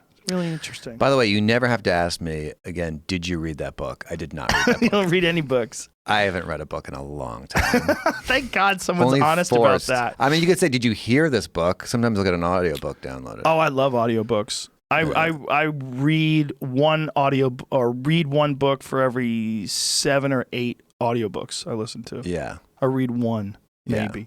And I don't even read most. I don't even read. Sometimes I'll start off reading it, and then I'll go, this is too much work. I'm just going to listen to it in my car. And I just listen to it. It's like there's a lot of dead time. There's a lot of time that's not being used. And that time is when I'm driving. And I'm always driving here, or I'm driving to the gym, or I'm driving to the comedy store, or I'm driving to the airport. I fill that up with books on tape. Do you do self-help books? No, mostly like right now I'm reading The Tipping Point, which is a Malcolm Gladwell book, and I'm also reading Sapiens, which is who wrote Sapiens? I heard someone read the Tipping Point book to me. Tipping Point is great. Mm-hmm. It's really great, really interesting. And it is, but it also felt like who is it? Yuval Noah Harari. Oh, okay, that's great too. And also The Talent Code, which is another book I'm in the middle of. I feel like the tipping It's a point. great book. This book, Sapiens, fucking fantastic. It's Sapiens. a brief history of humankind. Very enlightening. Oh, Yeah. that tipping point. I feel it could have been 3 sentences long. Yeah, it was. It was a little. You know, I get it. After a while, you're like, I get it. Yeah, a bunch of things collide together, and anything can happen. And the next thing you know, hush puppies are really popular. My tipping point was Joe Rogan played my Instagram videos. Isn't that crazy? Yeah, that's the only tipping point. That makes me very happy. I love doing that. I am. I will always. I will. If you need, this is between me and you. If you need me to murder someone, or you need some favor. I'm good, dude. Yeah. I'm good. All right. I'm just throwing it out But I'm there. going to contact you in behalf of Donald Trump to deal with Tom Okay. Arnold. You Oh cool with yeah, that? you really are worried about his life, aren't you? Well, I think don't Tom know, Arnold's man. gonna kill Tom Arnold before. I think you might be with right. his I don't know what. That might he's be- sober now. Take Well, that back. When people do kill themselves, you got to go, okay, how many times did this person think about this? Like, how many times did they get close and they didn't want? I don't have that in me. You know, I don't know why. Whatever it is, maybe it's because I take care of myself. Maybe it's genetic. Maybe it's because I live a happy life. Basically, luck. I don't either. I think It it's doesn't luck too. pop into my head. I think luck is a big. I think it's a big factor.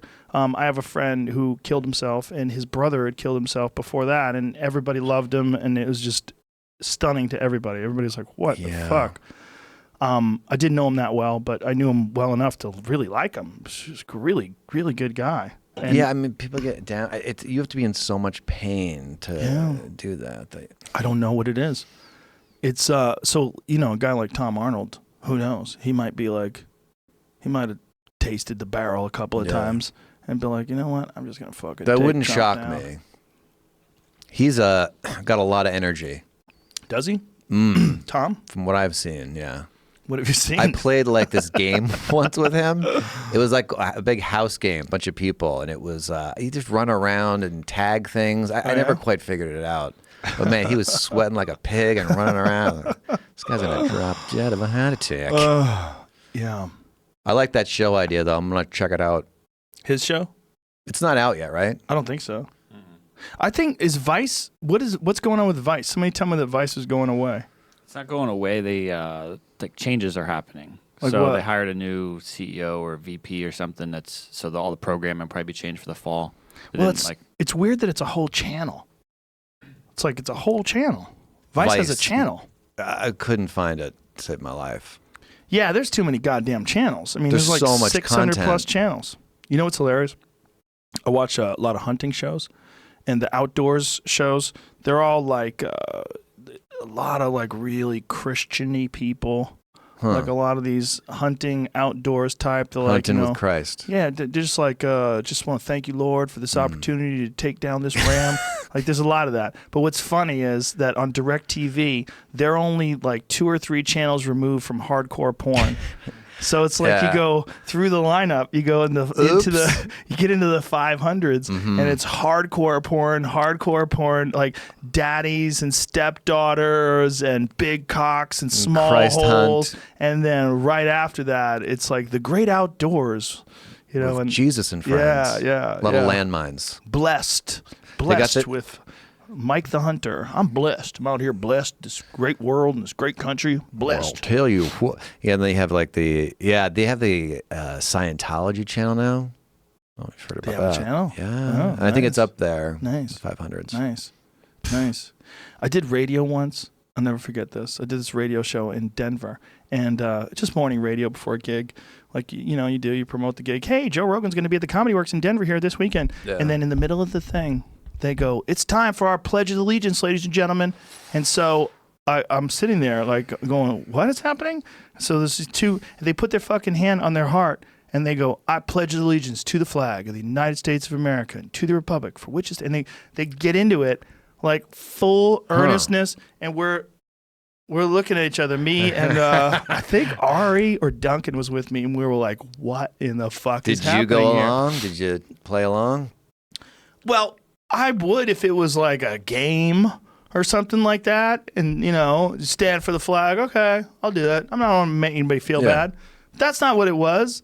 It was a radio show. You're in the middle of the radio show and you do a Pledge of Allegiance. I'm like, what the fuck is this? Did you stay still, or did you? I remember what I did. No. I remember being high as fuck though, so it made it extra weird. Because whenever I would do those radio shows, we would just meet downstairs. Because you got to be at them at 6 o'clock in the morning. You're exhausted, and you don't necessarily really want to do it. But we would meet downstairs and get barbecued. And so then it was an adventure. It was like everything was free. The wind was scaring me. I was like, oh, where's the car that's taking us? We get in the car, and then we talk to the people. And it was always like, all right, to the driver, like, okay, who's the biggest dickhead you've ever had to drive? Because there's always like one story about comedians that hated being there.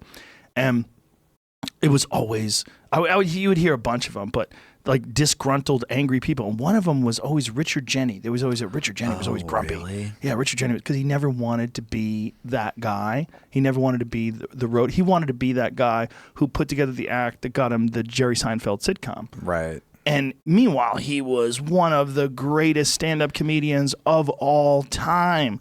Yeah. I saw him a bunch of times when I was coming up, and a bunch of times in clubs, and he was a fucking killer. Like one of the most unheralded and underappreciated stand-ups of all time. He's like one of my all-time favorites.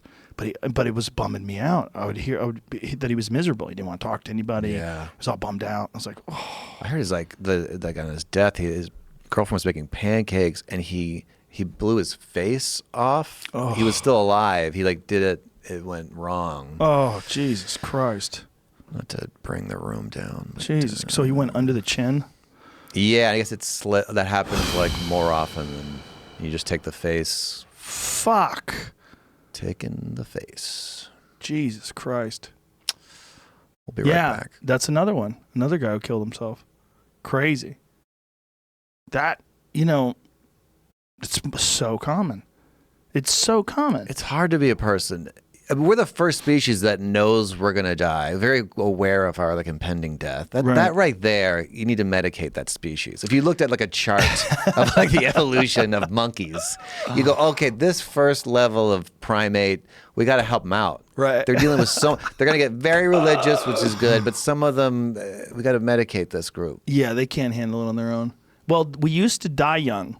So it was like you wouldn't think about killing yourself because you only live to be 30. Right. And now we have so much more time on our hands. We don't have to work all day to get a meal and then collapse. We're sitting around and we could think about this. Fuck. You see yourself getting older every day. Yeah. It's happening. It's happening. I love it. You love aging? I love it. What's your favorite part? The pain or the I like tiredness? The pain. I like tired. Whew, that's tough. I got some bursitis. That's pretty sweet. Nice. I do I do feel more comfortable. I'm feeling less anxious. Yeah. In some ways. More in other. I don't know. I guess I'm pretty even though. Well, you're more aware of things, but then you're also going to be more aware of your impending demise. We don't live long enough. Like, we need to live 500 years. I've thought about that. The first 100 years to fix, your childhood stuff. Can you imagine, though, if you did live 500 years, would you be dating, 100-year-old? It'd be like these fucking 100-year-olds don't know shit. I'm sure, hot. She's hot, but she doesn't know shit. They haven't been around. Do you imagine if you were 500 years old and you were dating a 30-year-old? People would be like, what the fuck is wrong with you? Yeah. You couldn't do it. But why not?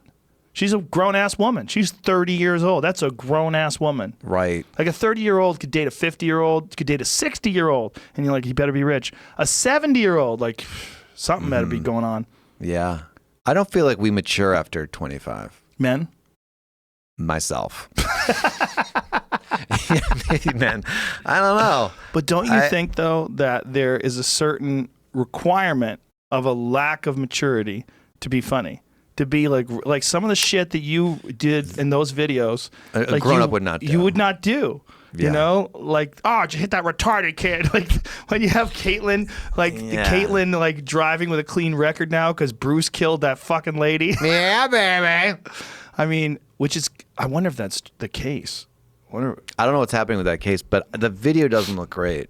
It's an accident, obviously, but no, it's horrible. That family must be to have that happen to them, lose their loved one, and then to see her just completely traipsing around, just hero of the year, and all that must be go hard.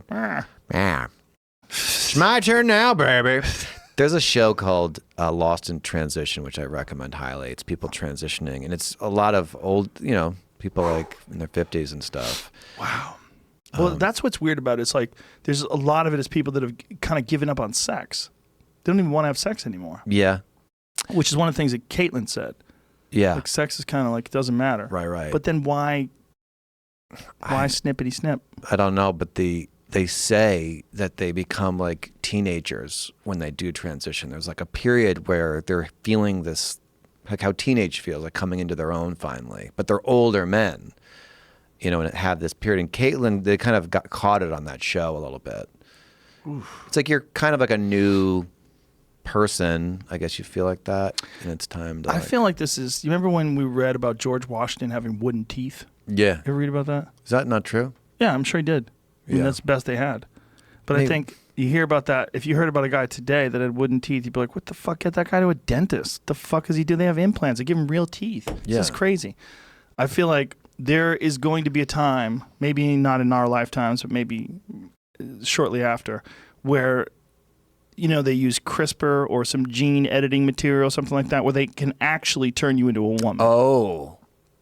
Well, I mean, once you go through puberty, no. If they can alter your genes, look what they can do now. What they're doing now is they're doing work with embryos, and they're planning on altering people from the jump, like from the time they're born.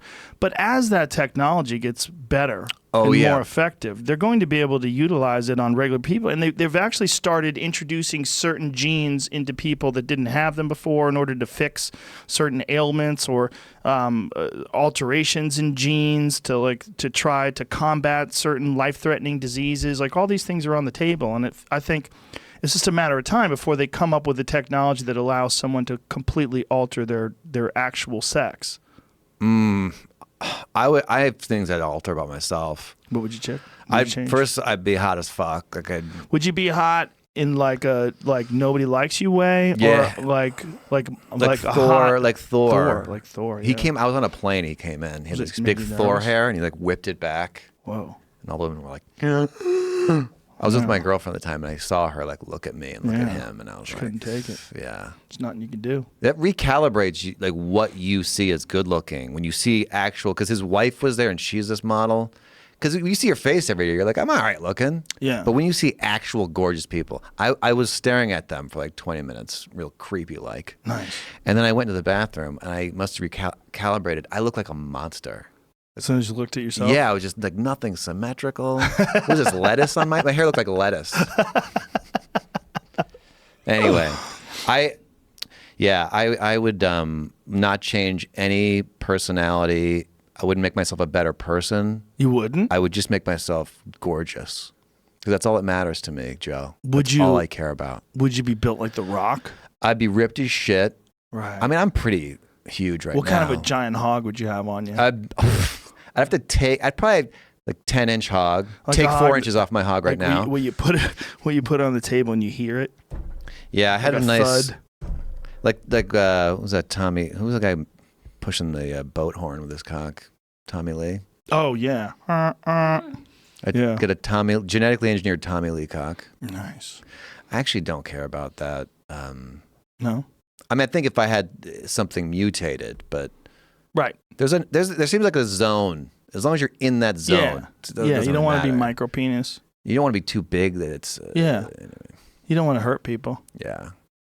I hate having a 12-inch cock because I can only get the tip in. I get it. It sucks. Especially if you're the tip and it's like a beer can. Yeah. Big old fat boy. We're on one of those 500 channels right now. Yeah, this is how it starts. Yeah, there's quite a lot of those channels still. It's like, don't these people know about the internet? Like, why are you paying $29.99 for this? Yeah. Whatever you're paying. How is that not dead yet? It's probably kids. Their parents aren't looking, and they just rack it up, guys who just want 4K in the big screen. Has enough time gone by where we've noticed the effect of online porn? Well, for sure with pubic hair. Oh, pubic hair vanished. That's I true. have Yeah. a bit in my act about it. It's like the That's best sign of porn's influence in our culture is the absence of pubic hair. Like if you had a time machine and you can get scientists from the future and they're studying the time period between 1990 and 2018, the most confusing thing would be what happened to the pubic hair because there's no historical record. Nobody discussed it. Interesting. They just started hacking off their pubes. How do you feel about the bald situation? It's normal. Like, I don't even it notice doesn't anymore. bother me anymore. But when I was a kid, I mean, when I was young, nobody did anything. It was chaos down there. It was a disaster. It was like you would touch their, like when you were going down on a girl or you were fooling around, you put your hand down her pants and you feel it outside the underwear. There was like an afro in there. Like you had like a covering over like the forest. It's a buffer. Yeah, it was like somebody threw like Jackson 5 haircut. Somebody threw a parachute over treetops and you could just you could touch it. Yeah. I mean, I was an adult when I realized, I thought it was just like a Barbie doll. Like, I didn't really know that there was so much going on until... There was a funny moment when I was in high school. There was this girl that I was dating at the time. It was actually right after high school. And she had this guy that we had like fooled around a bunch of times, like, fooled around, don't fool around for a few months, fooled around, that kind of thing. And she had some boyfriend that she was dating for a while. And this boyfriend apparently got her to shave her pussy. And while we were fooling around, she's like, I can't. I go, what's the matter? She goes, I can't show you. I go, you can't show me what? And she was like, he made me shave. I go, he made you shave? She goes, I don't want you to see it. It's so embarrassing. I go, I don't give a shit.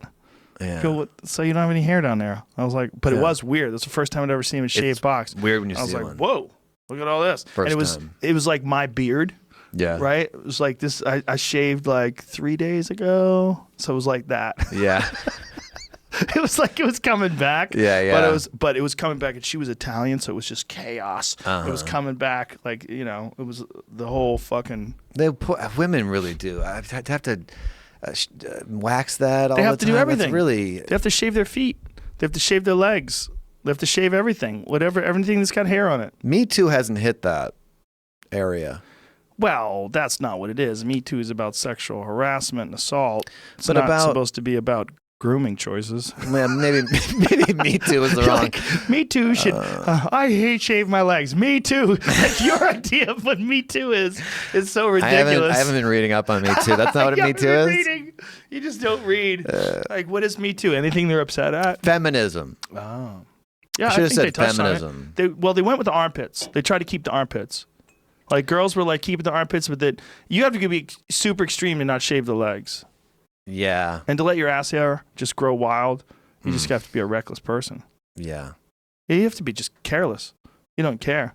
You're a renegade. You're an outsider. Yeah. Crazy jungle asshole hair. Definitely better to be a man in terms of grooming issues. 100%. Yeah. You just have to be clean. If your wife said, I'm not shaving anymore, would you have a talk? Would you say, yeah, it's okay, whatever you want? I would, I'd have to figure out a way to get her to play with wax or something like that and just rip it all off there. Like Lasers. Yeah. Play a game with laser tag and pew, pew, pew. Why do you just keep hitting my pussy? Can you imagine if they had, like, that's how they get rid of it, right? There's laser hair removal. But imagine if there was like a gun, you could just drive down the street and shoot people's hair off. Pew, pew, pew. I think that's assault. Hey, you like those eyebrows? Pew, pew, pew. Seems very dangerous. Although shooting a laser beam, that's how you get LASIK surgery, which sounds insane to me. Is that how they do it? So some of it is they do with a scalpel, an actual scalpel. Oh, I thought they just burned your eyeball with a laser beam. But I think some of them they do. I think there's two different ways to do it. I think sometimes they do it with an actual scalpel, like a blade. And I don't know if they think that that's more precise. I don't know. The only thing I heard about laser beams before LASIK surgery was don't look at a fucking laser beam. Yeah. That's the whole thing. Well, here it goes. Laser pointer burns hole in young boy's eye. Oh, God damn it. There's a story going around. It's a 9-year-old in Greece has an actual hole burned into his eyeball. What the fuck? From staring at one of those crazy lasers. Might be one of the new ones that are coming out that, like, I know, like, remember they went crazy in the 90s. Everyone was buying red pointer lasers. Yeah. There's a new version of them that are really high powered. Oh, my God. I think you can light stuff on fire if you're pointing at it. What? long enough. Like people have like lit bongs on fire with them. What? I don't know if it's these crazy ones that this same kid used, but Oh, that poor there kid. is a new high level. Like people are making YouTube videos with them. What the fuck do you do with his eye now? Does he just have a hole in it forever? It says decreased vision. So he just has a hole in his vision forever. Yeah, I guess. He's all right. Doctors found a large macular hole in the retina of his left eye. The child reported playing with a green laser pointer, repeatedly gazing into the laser beam, they write. Because of the large size of the hole, the doctors decided on a conservative approach rather than surgery. Fuck. Why are you fucking your eyeballs up when you're a little kid? Because some asshole parent wants to just play with their phone and let that kid shoot laser beams into their eyeball. Here, play this laser beam. Like, hey, who's watching the kid? How did he get the laser? Did he have a job? Did he go to the store and buy it? What the fuck are you doing with your kid? You got kids? Yeah. That scares me. Yeah, you got to make sure that they're safe. Yeah, you do. Well, you're 47. If you want to do it, you got to do it soon. No, I got like 30 years Oh. to figure this out. Well, Trump had one when he was 60. Okay. Barron, he had one when he was like 60, right? Yeah. So you got time. I go back and forth. I don't hear good reviews about like they never. It's never like a clean do it. It's great. It's always get ready. It's gonna change your life. You gotta get ready for. Do you have a steady gal? No sleep. Yeah. How long? Year and a half. Oh, that's good. Yeah. Does she want him? Yeah. How old's she? 20. She'll be 28 in August. Nice. Young. I know it's young, It's but a good move. Yeah. She pursued me. Just like get it. that Keep out talking. there. Keep talking. How did it go? How did it go down on channel 592? Oh my! I feel like such. I'm sweating. Well, if she wants to have kids, she's still young and fertile. You could probably shoot a live one in there and make a person. Is that the technical term? Yeah. Shoot a live one. If you go to a doctor, that's how they describe it. Yeah, yeah. Hey, when you go in there, Kyle, Ew. shoot a live round in there. All right. Like this. Thanks, Doc. Make sure you keep her legs up in the air. You want to make sure it oozes, get it oozed down there. If Keep she her on rides her on back. top, your swimmers might not make it up the canal, if you know what I'm saying. Is that a true thing? You gotta lay him back. I don't know. It makes sense. I mean, I'd like to have kids. I would someday. Yeah. Someday. I do. But you don't have someday. When you're 47, you really don't have someday. Because one of the things about autism is a lot of it is connected to the age of the father. Yeah. It's not just the age of the mother. It's the age of the father. I feel like I've been in a coma. You know that disease where you fall asleep for 20 years and you wake up? That's how I feel. Why? I don't know. I don't know where those years went. I feel like I woke up recently and I'm like, what am I doing? Now, do you think this is because you weren't doing what you wanted to do? Because you were just doing a bunch of other shit and the years just kept piling up? Maybe. Yeah. I mean, do you feel like, I guess maybe kids, you can track your life a little easier. Maybe it's because I didn't have kids. It sort of seems like one chunk that went by fast. Like kids, you can mark years with your kids. Well, the reality of being a person is if we really do live to be 80, 90, 100, if you're fucking really lucky, that if you have $100, it goes quick. You buy a sandwich, you buy a drink, you get some chips, then you go to the movies, and then you don't have enough for dinner. Yeah. You know, it's like $1 here, $1 there. A year is not that long. It's 365 days. It happens so quick. And next thing you know, it's 2 years. And then it's 5 years. And then 10 years later. And then 30 years later. And then you got to get your hip replaced, huh? Whoa, what are you going to do? You're saying I got to get my shit in order. That's what you're telling me right here. You're giving me I think you've already done tough that. love. You're getting your shit in order, right? I mean, I think what you did with starting this Instagram page, like deciding that you can't keep this gig anymore, is very brave and smart. You realized it. I appreciate that. I don't feel like it's brave. I feel like there was like that fear and not being able to sleep, and I was forced. That's how it feels. Well, it's probably whatever the fuck it is, your body, the fate of the universe, whatever it is, just telling you like you can't do this anymore. You can't. You know, and you just listen to it. Some people don't ever listen, man. They just start medicating themselves. Yeah. And they just drone out. They take SSRIs and they just show up and they just get, everything becomes like a dull medium. And they just keep doing it over and over and over again. Yeah. I am glad I feel right now really thankful and just to have being able to do shows. Yeah. People coming out. It just, for years it was like up and down all over the place, and now I feel like I do have some kind of following that I can directly contact. No, you definitely do. Yeah. And it's going to keep growing. I mean, you keep putting out the videos like you're putting out, it's going to keep growing. There's no way around it. It's great. It's fucking... Look, we have so many different avenues now that didn't exist before. And one of the things that I think is really cool about today versus when I started in 88, is that there's not like a competitiveness with comedians. Instead, there's like a hyper supportiveness. Everybody's quick to tell you about people who are really good. Everybody wants everybody to know. There's no famine anymore. Because I think before, when there was only one Tonight Show or one Letterman, and there was a sitcom, and everybody was scrambling for, you want to get Thursday night at 8 o'clock on NBC, that's where the Friends spot is. Like everybody wanted to get in the right spot. And, there's not that anymore. That's an interesting point. I hadn't thought of that. Yeah, now it's like everybody has a YouTube channel or a Twitter page or an Instagram thing or a podcast. They're all doing their own thing. And instead of being competitive with other comedians, everybody has everybody on their shows. Like all these guys that are top podcasters, we all do everybody's show. Yeah. Like, I'm always doing...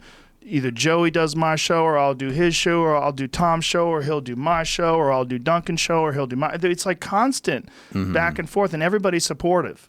Yeah. It's because it doesn't hurt anybody. It just helps. Yeah. And the more, like, if I tell people, you got to check out Kyle Dunnigan's Instagram page, they're going to go and they're going to say, he's right.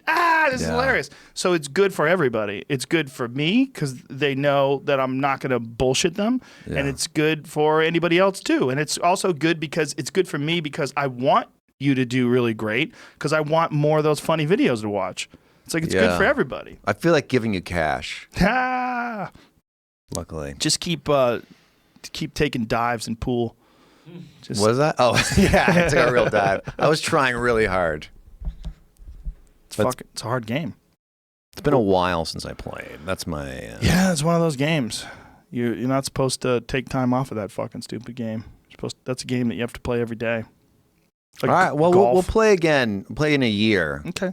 Practice up. Maybe after the show, you'll play better. Because you'll be thinking about what you did wrong. No, I definitely, was rusty there. Do you have like an ultimate goal, what you want to do? With pool? With stand-up? My pool goal? With your career now that you got momentum?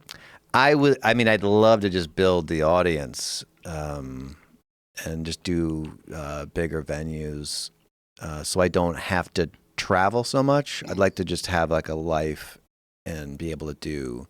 Like weekend gigs and then come back. Yeah, and have enough money to be comfortable. Yeah, those Wednesday, Thursday, Friday, Saturday, Sunday weeks that a lot of people do.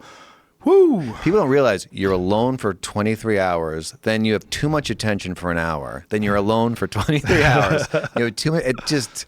Yeah. If you don't have the right mindset to go out and do stuff and go to the gym, if you're like a hermit, you're in real trouble mentally. And a lot of people do. Yeah. I think that's what Richard Jeni did. Yeah. A lot of people do wind up hermiting.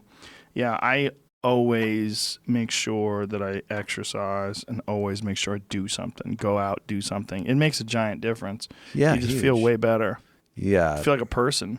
I need a routine. Without having a boss or like a job, I need a routine to stay. When you go on the road, do you bring somebody with you, like an opening act? I can't really afford it at this point. That's another thing. Like when you get a bigger audience, you can bring friends. Yeah. Right now, I just I jog there, or I ride my bike there by myself. Do you have a basket where you put all your stuff in the front back, little ding. I started bringing people on the road a long time ago because I had a couple of gigs that I did, and the local guys were so terrible, and it made it so much more excruciating. Oh, absolutely. Because you got to sit through this thing about watching someone who just has no idea what the fuck they're doing. It's brutal. And after it's over, you're convinced nothing's funny. There's nothing funny. Yeah, you hate stand-up as a genre. You're like, it can't be funny. Nothing can be funny. This isn't funny. Nothing's funny. Yeah. It's done. It's not funny. I had a great middle guy, luckily, in the last thing I did. Oh, that's really great. Good. Yeah. Where were you? The American Comedy. Oh, San Diego. Yes. Great gig. Great. It's a fun nice gig. audience. It's a fun little area too, right? That's Yeah. that Oh, walk yeah. around area. Yeah, yeah. A lot of drunks. Awesome. Yeah, yeah.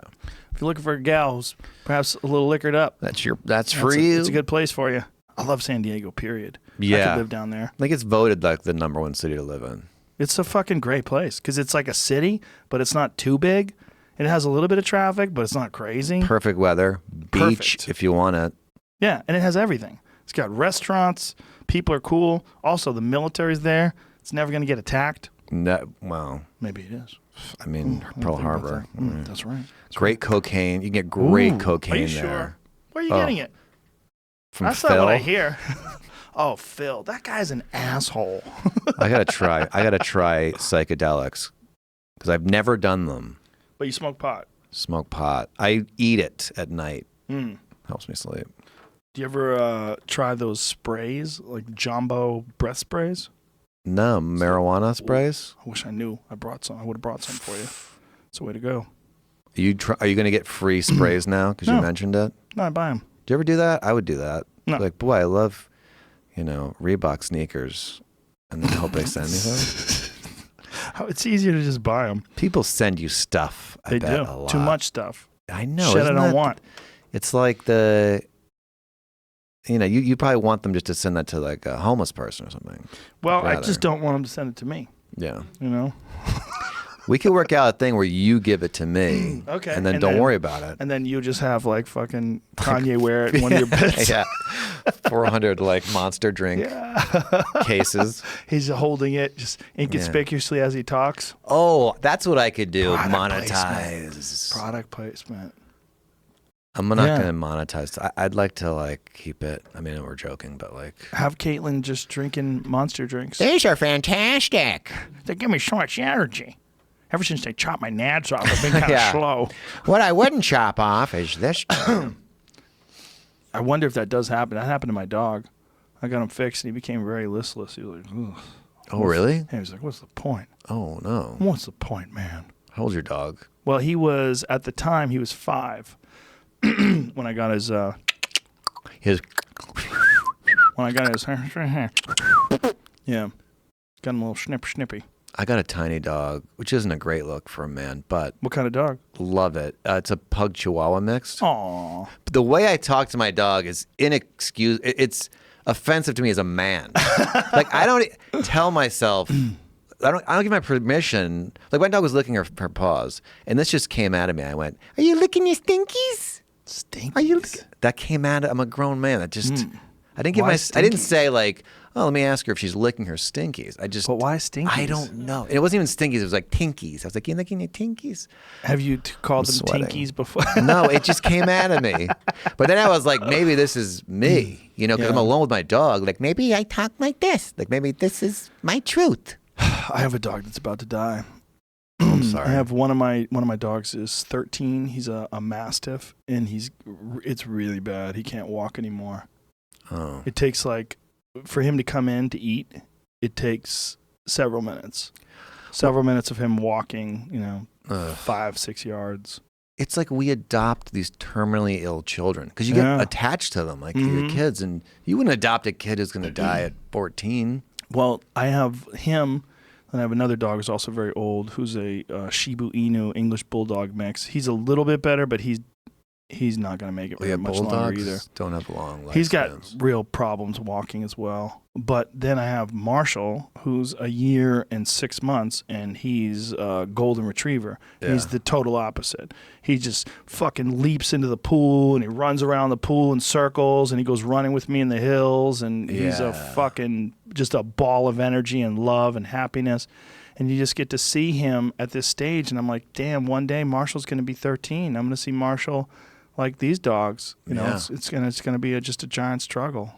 It's harsh. It's really hard. I mean, It's fucking hard, man. I don't know what it's like to have kids, but I feel like I get really attached to my dogs. Yeah, it's that times a million. With kids, it's that times a million. One of the things that changed with me is the way I look at people. because I always considered people just, I meet you, you're 47. I just think, well, Kyle's 47. That's what he is. But I didn't know you when you were 2. And now when I meet people, like I meet some old asshole, I'm like, that old dickhead, he used to be a little baby. Oh. He was a baby, and he became this old dickhead. Like, so how did this happen? Like, what went wrong? And I'm so much more compassionate. I'm so much more, I care about people so much more, and I care about, I think I give them more of a break. I give people way more of a break. Yeah. And I notice this is something that I don't see as much in single guys who don't have children. Yeah. You don't, like there's something about it that the world is dog eat dog. You're competing for your career. You're competing for love interests. You're competing for this and that. And everybody's like, fuck that guy and fuck him. And everybody's trying to get, nobody looks at people and go, oh, that could have been my son. Yeah. That's a little baby that became this weirdo 28-year-old man. That's one thing I hear about having kids that is very attractive to me, that it does shift your perspective and massively gives this whole new sort of view on life. Changed who I am, and and permanently. Oh, you scare me about that autistic thing, though, really bad. Well, it's real, There's a correlation. There's a correlation between older men and the higher instances of autism. You got the percentages? You got some statistics Oh, it's right here for you. Great. No. I mean, look, a lot of people do it, and they're fine. And it's going to help for sure that your gal's young. She's not even 30. Yeah. Yeah. Shoot a live one down there. Yeah, baby. One right down the old tube. Right. Just get to 2 years. Get to 2 years. You guys have been together a year and a half? Yeah. Yeah, make it to 2 years. Almost. Well, yeah. Year and like when you hit 2, remove the goalie. Oh. And start shooting pucks. Bam, bam, bam from the free throw line. Woo! Yeah, it seems like a important life experience to have. It is. And it's not for everybody. And one of the things that used to drive me crazy when I was single is people would say, you have to have kids. You don't have kids, you're not living a normal life. That's crazy. That's so stupid. That is such a like the idea that you can't be a complete human being unless you recreate or recreate. Recreate. What's the word I'm looking for? Reproduce. Why? How come that word wouldn't come out? It's not that far off though. Recreate I know, but another me. But why wasn't reproduce like right there? I was having trouble with anecdote. Don't worry about it. Anecdote, but those are super close. But that you can be a fucking completely fulfilled person and never get married and never have a kid. You just have to have good friends and enjoy what you do. There's nothing wrong with that. So I used to drive me crazy. Yeah. It's a little what? I just remember being a kid and like my uncle wasn't married or had kids, and I was always like, huh. I just was like, what's up with him? Smart. What's up with that guy? He's partying. Seems He's going the weird. Bill Maher route.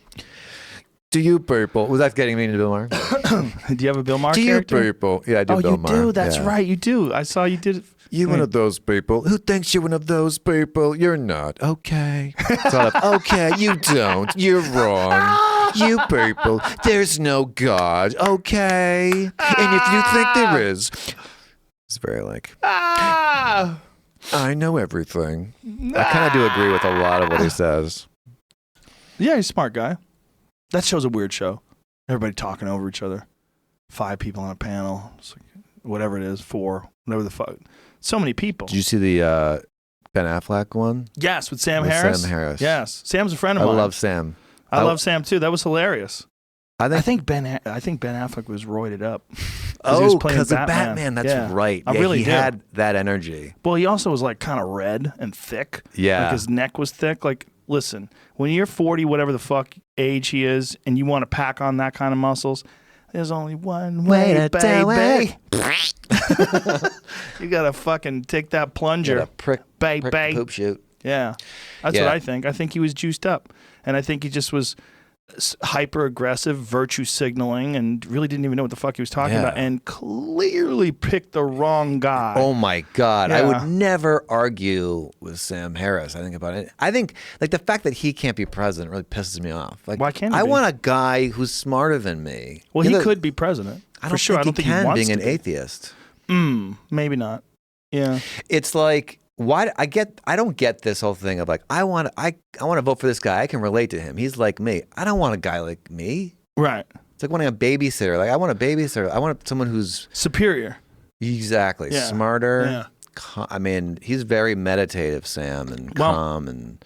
I firmly believe no one should be president. I think there should be a council of wise people. I love that idea. Yeah, like the Jedi Council. Like fucking 8 people or something. Just really, really smart people that have, and I think they should all have had to do mushrooms. All of them. I think I don't know about that. All have to do psychedelic experiences. All of them. They should be high. Not do mushrooms while they're on the job, but have in the past where they understand there's more to life than this thing. That's part of the platform. The person needs to be like, I did try mushrooms. Didn't just try. Your vote. No, you gotta go deep. Yeah. You gotta take the heroic dose. Okay. Yeah. Yeah, I love that idea. Like a little think tank. Yeah, 8 people. Super wise people. I don't really think the mushroom thing is necessary. But considerate, wise, objective people that care and have a deep sense of responsibility to sort of guide our country in the best way possible, rather than for their own interests. Exactly. I put Neil deGrasse Tyson on this board. He'll be great. Too. Well, he'll be great for some sort of a role as a science educator in the government anyways. What's great about Neil is he's one of the first guys in our lifetime that made science fun. Mm-hmm. Made astrophysics interesting. He's so enthusiastic. Yeah. He's a great guy. I fucking love that guy. If aliens, like, we got to send one guy he's to the guy. aliens. We send 100%. Neil deGrasse Tyson. Well, he's also, even though, like, he'll be talking to someone who is, just doesn't really understand what he's saying, he's not an elitist. Exactly. Yeah. The way he argues, he's caring about the person and kind of guiding him out He's a master at it. He's a really likable guy, but he is like that all the time. Like, he's like that when the camera's off. He's just a great guy. And one quality he has that rarely does someone who's like really smart have is he's a big laugher. Yeah. It's like perfect human. Fun guy. He used to be a wrestler. Talking about mushrooms, huh? He used to be a wrestler. Really? Yeah, he wrestled in high school. He was he was kind of built like that. Yeah. I think he wrestled in college too. He was jacked. Like fucking jacked. Yeah, he's an all-around quality human. Yes. Sam Harris, too, the way he argues just stays calm. Mm-hmm. Well, he doesn't argue about things he doesn't understand either. Mm-hmm. Like if Sam has a conversation and say like he's having a conversation with someone about whatever the fuck it is, some discipline that's outside of his realm. Yeah. And then, he'll ask questions. Like he's not a know-it-all. That's how you learn. Yeah. People forget. But if he's talking to you about something and he's arguing, it's because he understands what he's talking about. And that's a rare quality, man. There's so many people that want to argue about shit that they really don't even understand. And I don't think there's anything wrong with discussing things that you really don't understand, to try to understand them, especially if you're doing it in a casual conversation or even a podcast. But there's a lot of fucking people that argue shit and they're just trying to win. They're just trying to score points. Oh, yeah. They're not really talking. Right. You get a lot of that, right? I do it a lot.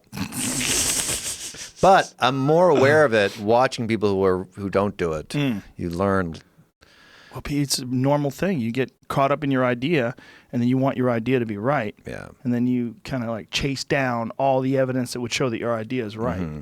You see this all the time when someone gets accused of something and we don't know exactly what happened. You see the groups of people that automatically want to think that person is guilty and automatically have a preconceived idea of what went down and how it went down, regardless of what the other person said. Like they only want to look at it one way. It just gets real weird with people. It's harder now to all the information. You have to be a little more. You know what? Hashtag fake news. Hashtag. I'll come back. I'll get smarter and come back. What kind of smart? You going to get book smart? I'm going to get Sam Harris, Neil deGrasse Tyson smart. If I gave you a pill and the pill would make you super smart, but you wouldn't be funny anymore, would you take it? Would I be happy? That's a good question. Be the same. No one can decide whether or not you're going to be happy but you. What am I going to Kyle do Dunnigan. That's up to you, Kyle Dunnigan. I don't think I'd take it. I think Would you stay there's some stupid and funny? torture and I never said, hey. Would you stay Never said stupid. half retarded and funny? Like I you are did get now, very or- little oxygen when I was born. Why? I was purple, and they were like, this Forever? one might come out a little goofy, and we have to wait and see if he starts real? talking. And then I started talking, like, oh, he's all right. Really? But I have a theory that, like, I was born a genius, got a little retarded, and now I'm, like, kind of normal. It's just a theory, but Might a not be retarded bad- genius came up with it. Not be a bad theory.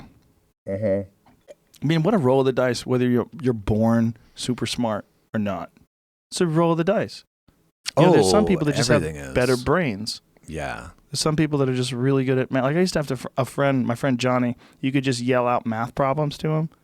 Yeah. You know, like 5 times 5 minus Oh, 6 yeah. divided by 7 multiplied by 100 divided by 3, and he would go 16. Yeah. And you'd be like, what the fuck? And like someone would be sitting next to him with a calculator, and they would like try to keep up. He could do it as fast as someone could type it in with a calculator. Yeah. It was bizarre. And useless talent. Useless talent. Have calculators, asshole. Fucking Bummer you batteries. weren't born 200 years ago. Batteries are everywhere. Yeah. It's not like there's a Yeah, shortage of well, batteries. We need you. Yeah, there's a When the grid calculator on goes my down, phone, we'll bro. give you a call. My phone is a calculator. Not to bring up Sam Harris again, but that whole like free will book, Mm-hmm. that kind of That's a mind fuck. it really is because Yeah. your mind doesn't want to believe it. Like it's like not believing in heaven. Like you want to believe it. It's hard to. It's just hard, but there's definitely so much luck involved in who your parents were, how you were raised, Life experiences, for sure. You know, Yeah. whether or not you've ever been attacked, assaulted, robbed, whether you've been in an accident or you got gravely injured. There's so many variables that are just fortunate, just Yeah. luck. Yeah, there's so many. I mean, Or just someone danced with and you get a with their boner hips, and- your mom was at yeah. the wedding. whatever. Yeah, there's so many things that you just fucking luck. Well, look, we're all lucky we're here. We weren't born in the jungle of Guatemala somewhere. Absolutely. Yeah, we're just lucky. I mean, you won a huge 1 in a trillion lottery to be born. Yeah. And then to be born in the U.S. at this time Yeah. where we have air conditioning and GPS. Jesus. Why don't we revere science more? Yeah. If there's a God, he's saying, I'm rewarding you every time you listen to science. Yeah. And yet, so much of religion is like against science. I don't know. Look, I don't know. Because science is saying, hey, nobody comes back from the dead after 3 days. Hey, people can't really walk on water. Hey, why did he turn water into wine? Why didn't he just make wine? He's fucking magic. I never thought of that. Stop with the magic trick, bro. We're trying to get fucked up. Just make us some wine. Hey! Yeah, I'm tired of wine. You got any whiskey in that? In those magic robes? Yeah, the miracles were sort of like Stupid. Huh. They're fucking What parlor else? tricks. His miracles are horrible. You know what was the best? There was a thing back in the 80s called the Power Team for Jesus. And what they were was these dudes that would do like feats of strength for Jesus. Like they would fucking break bricks with their head. They would rip phone books in half. They would lift up heavy weights and do it for Jesus. Wow. Like Jesus gave him the power. To do it. Yeah. Okay. But it was also like, hey, dude, he's magic. He's got magic. Like he's not going to be impressed by you breaking a board with your extra thick skull, you fucking idiot. Wow, look at one of my children down there. Have you never heard of them? No, Dude, I used to watch them all the time. They were on like this absolutely. religious channel, and I used to watch the Power Team for Jesus going, what in the fuck is this? That's amazing. It was so, have you found anything on it? I found a lot. There's Of things. I'm guys- trying to find a good one to Those share. guys at the 3rd Street Promenade. I don't know if they're There there it anymore. is. This is the Power Team for Jesus. Yeah, see? Whoa. They break bricks. Yes, for Jesus. I broke this brick for the Lord. Yes. Yeah, and steroids for sure. There goes devil. Yes. Yeah. I used my head. Oh, yeah. Oh, look, the axe kicked it. Whoa. He just, it seems a little too easy to break those. They're really making a mess Look at for this. Jesus. Ooh, he drops an elbow down. Oh, Look, I'm he's- going to blow up this balloon for Jesus. Oh, they blow it up until it explodes. That's why they have to wear goggles on. It's like a hot water balloon. Yeah, it's a bladder. That's not, this trick is not great. Oh, whacks you right in the face. They haven't This said is the so boom, stupid. The song boom. Here comes the boom. Oh, he ripped a phone book. What's that? What's that? What a Well, I mess. thought it was POD. That's saliva. POD is a Christian rock POS? band. POD. POD. Yeah, payable on death. What's the goal they're here? Christian rock, yeah. That's like they have some great fucking songs. They definitely do. Yeah. Here comes the boom. Yeah, he's ripping phone books in half for Jesus. Look at this. He's bending a bar for Jesus. Jesus is gonna love this. And by the way, this is a newer Power Team. This is not the original Power Team. It's Power Team 2.0. Oh, is it? Yeah. Well, the older guys are dead from steroids. The, 1990. They're all with Jesus now. Is this a 1991? Yeah, this Damn, is the guy that I Brad remember. Tuttle. Look at his. Look at the fucking mullet, bro. Oh yeah. And shaved armpits, by the way. Notice that, right? That guy's got shaved armpits. Jesus loves that. Look at the pants. Those puffy pants. Those gym pants. Hold on. What's he saying? Big bad bar I was walking in. And all my friends were inside. And the door shut behind me. Where's your armpit hair, Right bro? when the door shut, Jesus took the blinders and rolled them right off my eyes. And inside of that bar, for the first time in my life, I saw the world for what it really had to offer me. You know what it was? A big fat zero.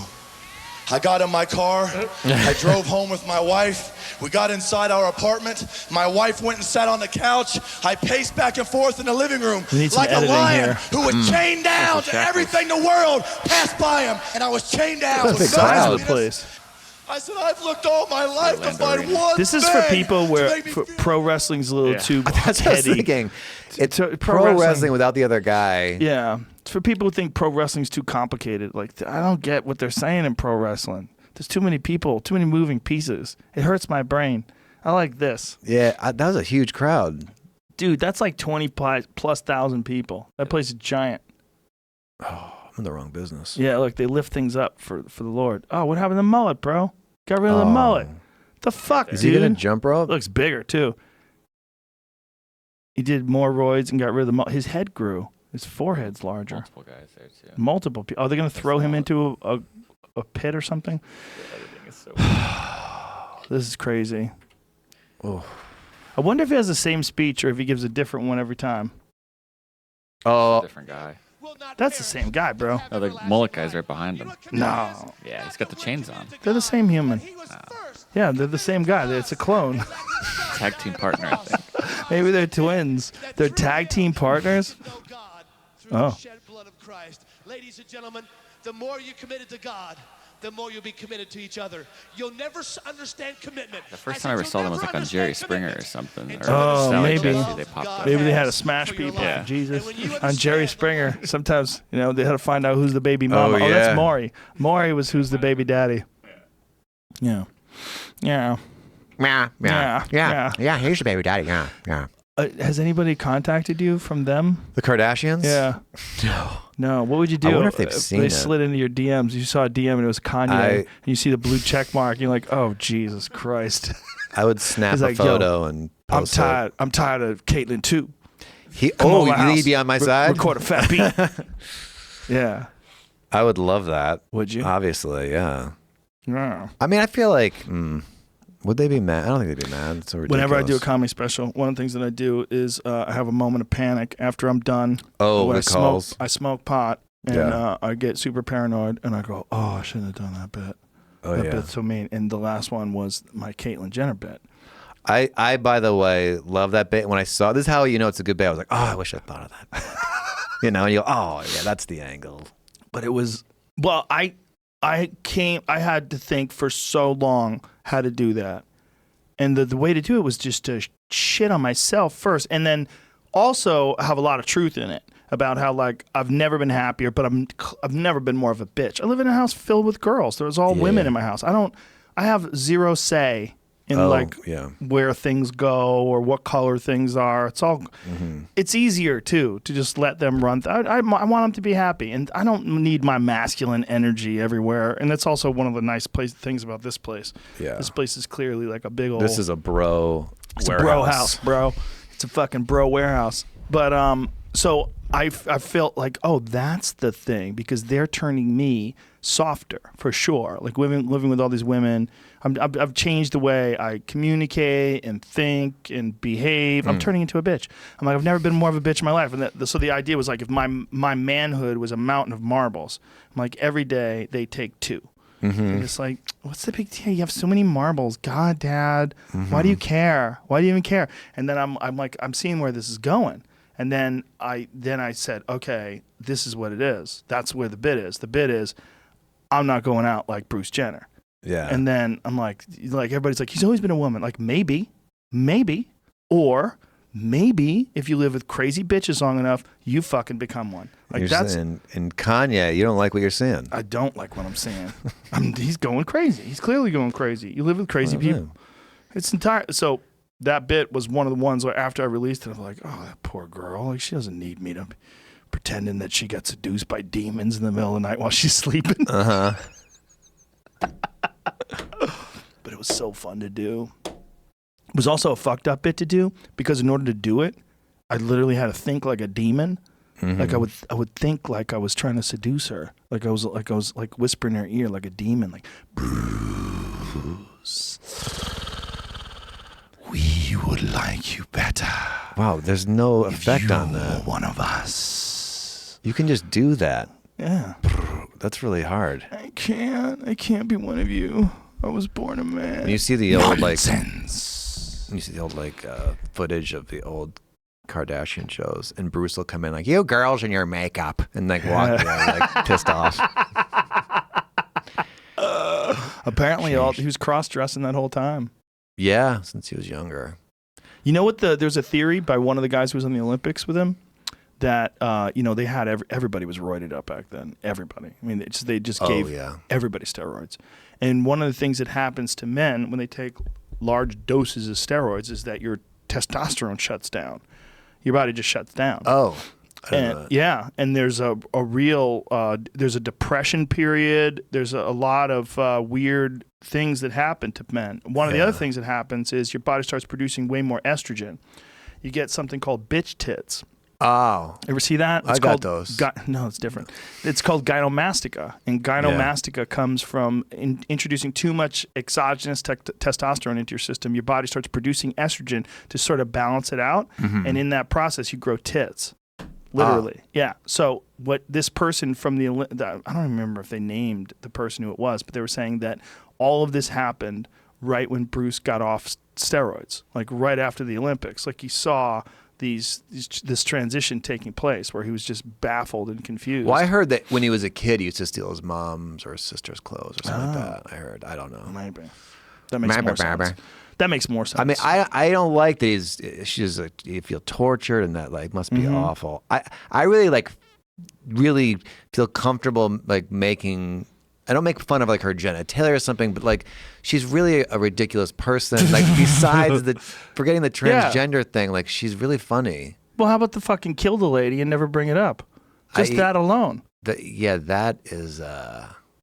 I mean, all of the conversations afterwards, all the interviews afterwards, it wasn't this existential crisis of having accidentally killed someone and being at this point in your life where you're like, oh my God, I don't have much time to live and I just sent some woman to her grave because I wasn't paying attention at the wheel of my Escalade. That never got brought up. I don't know like what she felt behind closed doors, but it didn't seem like it slowed her down at all. Like I think I'd take a month off and be like, I gotta like not be out in public and I feel horrible and I'm gonna take care of this family somehow. She was at Sephora trying on different eye shades. I don't know why we care. She wasn't even famous.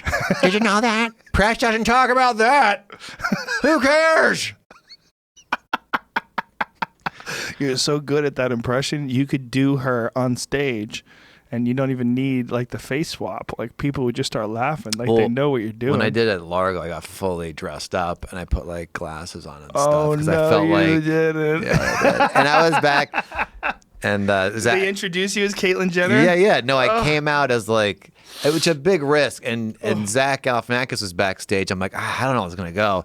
And he's like, I've dressed up as a woman. And I'll just say this, it's a longer fall when it fails, which is true. Like, if you get all dressed up and you bomb, it's like darkness. It scared me. Darkness falls. Well, darkness falls. It's lucky that she's ridiculous enough that you could point things out. Like, this is one of the things that people always say about, when people are clamoring about what a great person Hillary Clinton was. I'm like, do you know that she didn't endorse gay marriage until 2013? She was against gay marriage. I didn't know that. Against gay marriage until 2013. She's a fucking ridiculous person. There's hundreds of videos of her lying. Yeah. Like you hear what she said and you hear what the truth is. Yeah, you hear like the Comey investigation, what the FBI found, the deleted Benghazi. emails, Benghazi. She's just not an honest person. Maybe that's part of the job. I don't know.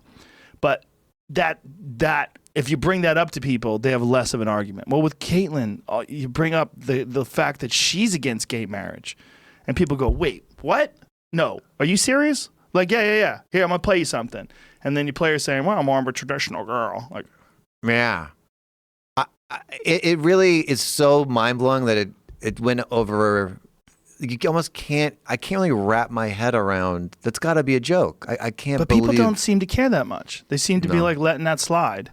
Like they don't see how fucking ridiculous that is. Very hypocritical. Just crazy. It's crazy, is what it is. It's like mentally unstable. There's the bad processing going on. I mean, there's no sense or empathy to put that on. It's crazy. You're right there. It's crazy. First of all, the thing about gay marriage to me has always been, who gives a fuck? Right. Are we pretending that they don't love each other? Like, what are we doing? Are we pretending that it's immoral? Okay, well, it's a moral thing. Then we have a real argument, right? Like, what is morality? If it's not two people that love each other, you have a problem with the fact that they're both boys. They've done scientific studies that have shown that they have a different pattern to the way their brain thinks. Yeah. I mean, they can show the difference in the way, especially like with trans kids and trans people. They're showing with fMRIs and all these different ways of measuring, like their brains appear to work more like a woman's brain than they do like a man's brain. Like there's something going on. Right. It's not as simple as delusions. Yeah. And then with gay people, there's clearly something going on where they're attracted only to the same sex. It's like a biological issue. Yeah. And this issue it exists. So to pretend that they're supposed to ignore that for your benefit. Right. Todd Glass? Sure. He brought up a great, insightful thing. Because he lived a lot. People didn't know he was gay. So he heard guys talking or people who were like, homophobic or whatever. And his point of view was like, he thinks a lot of this is from people imagine the act and they're grossed out and it really bothers them. And he was saying, do you want to imagine your sister giving a blowjob? No, it's disgusting, but you want her to feel loved and you want her to have that happiness. And that's all he was like asking for. I thought that was a insightful thing. I think a lot of times too, it's just lack of exposure to gay people when you're young in particular, Yeah, being that's true. having them be accepted by your family and other people, and like if you're around. When I was a kid, I got really lucky. I lived in San Francisco from the time I was 7 to 11, and we were around a lot of gay people. My next door neighbors were gay, and they would get naked with my aunt, and they would play the bongos. They would smoke pot and play the bongos because it was San Francisco You were in lucky. the 70s. Yeah. So. To me, gay people were just like, it was a normal thing. It was just, this guy's gay, this guy's black, this guy's old, this guy, just a person, just different kind of person. And then I moved to Florida. When I was 11, we moved to Florida. We moved to Gainesville. You basically moved to a different country. I moved to Planet Stupid. And these people that I lived, I had my friend, his name was Candido, and he was a Cuban kid, and his dad was fucking super homophobic. Yeah. And so I remember I went over his house once after school to play, and his dad was like, I can't believe these fucking faggots want to get married. Yeah. Believe this shit. And he's throwing the newspaper down on the table. And I remember I was 11, right? Yeah. And I was like, what's wrong with this fucking dummy? Like, Yeah. why does he care? Like, why is this bothering him at all? It didn't even make sense to me. Yeah, there's with a lot of people, real rage underneath it all. Which I think they're scared of being gay, and I don't want anybody to think they're gay. Yeah, it's just putting it off. And it may be like the act disgusts them, but all sex is disgusting. I mean, all of it. You're doing it wrong. Oh, I am? Yeah, I'll talk to you after the show. Yeah. After the show, give you some pointers. Something was off. Maybe that's why you haven't had a kid yet. Yeah, I've been trying for 30 years. I've been trying. Put it in the butt like you're supposed to. And, What? No. Huh? No. Don't do that. How long have we been talking? I feel like I've been talking for 2 hours oh my and God. 40 minutes, somewhere around there. We want to wrap it up? I'm a gabber, huh? No, we always do this. Oh. What is a normal length of a show for Probably you? around that. Really? Yeah. You do this twice a week? This week 4 times. Wow. You're banking a few. No. They go live. We're streaming live. And then afterwards, we'll put it up on iTunes and it'll upload to YouTube in a little bit. You got a whole thing going. Yeah. But I have too many guests requests. Yeah. It's like there's almost too many. Yeah, and I love doing it. So I just do a bunch of them. Who's your favorite guest? Don't Kyle besides Dunnigan? me. Besides Kyle Dunnigan. Who's second? Kyle Dunnigan. Oh, wow. This is great. I don't have one. I'm so lucky. I've had so many great guests. I really don't have a favorite. Yeah, you do. Yeah. Yeah, I discovered Sam Harris through. Yeah. You. Yeah. So I have pretty good guests. Yeah, The problem is your impression has replaced her real voice. In my mind, if I see her on TV, I'm like, yeah, okay. So I got my size 17 chimichurros. Yeah. Yeah, I'm not sure what she sounds like anymore. It might be different. So, do you have mapped out future ones that you're working on right now? I have a couple. I actually have like a song I just recorded.